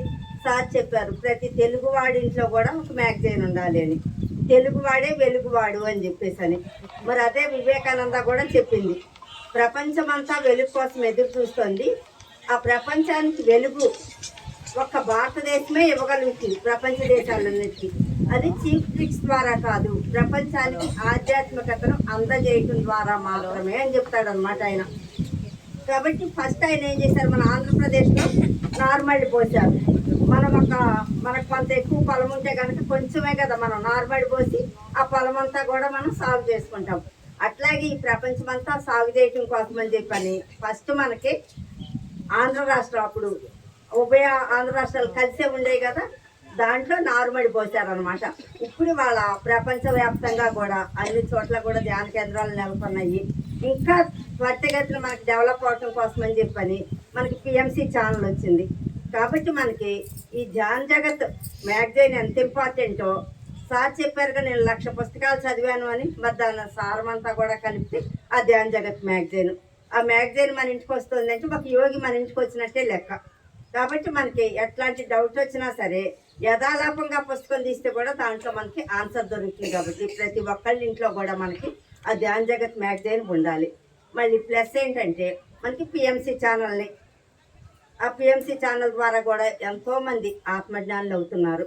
మరి ఆ పిఎంసి ఛానల్ బాధ్యత కూడా మనదే. శాఖాహార ర్యాలీలు చేస్తున్నాము అని అంటే మన ఊరికి మనమే చేస్తున్నాము. కానీ ఇది అందరికీ తెలియాలి అంటే పిఎంసి ఛానల్ ద్వారా ప్రపంచ దేశాలన్నిటికీ వెళ్ళిపోతుంది కదా. ఆ రకంగా మనం ప్రతి ఒక్కటి కూడా రేపు మనకి ధ్యాన మహాయాగం డిసెంబర్ 21 నుంచి 31 వరకు కట్టాల్లో జరుగుతుంది. మరి వేలాది మందితోటి ఆ చేసేటువంటి ఆ గ్రూప్ మెడిటేషన్ యొక్క పవర్ ఇంత అంత కాదమ్మా. అది కూడా లోక కళ్యాణంలో భాగంగానే జరుగుతోంది. కాబట్టి మనం కూడా ఆ 11 రోజుల పాటు జరిగే ఆ యాగానికి వెళ్ళి ఆ గ్రూప్ మెడిటేషన్లో పాల్గొంటే మనం కూడా లోక కళ్యాణకర కార్యక్రమంలో అద్భుతమైన భాగస్వామ్యం పొందిన వాళ్ళం అవుతాం. కాబట్టి ఎవరు ఏ స్థాయిలో ఏం చేసినా సరే విశ్వ కళ్యాణం కోసం మనకి బాబా చెప్తారు కదా, నువ్వు ఇచ్చిన ప్రతి రూపాయికి కూడా నేను నీకు 100 రెట్లుగా ఇవ్వాల్సి ఉంటుంది అని చెప్తాడు. అట్లాగే నేచర్లో ఏంటి, ఇస్తే వస్తుంది. మన దగ్గర ఉన్నది ఏదైనా సరే ఫస్ట్ మనం ఇవ్వటం నేర్చుకుందాం. మనకి ఏది కావాలంటే అది అంతకు 100 రెట్లయి తిరిగి వస్తుంది. కాబట్టి చక్కగా మనకి సింప్లిఫై చేసి అందించారు కదా. ఎన్నో రకాల ధ్యాన పద్ధతులు ఉంటే అన్నిటికంటే సులువైంది ఏంటమ్మా, మనకు తెలిసిన వాళ్ళందరికీ ముక్కు ఉంది కదా, ముక్కులో గాలి ఉంది కదా, ఎవరి శ్వాసనాలు గమనించుకుంటే కూర్చోమని చెప్పటమే కదా. అట్లా మనం చెప్తా అందరినీ కూడా రేపు మనకి ఆ ధ్యాన మహాయాగానికి తీసుకొద్దాం.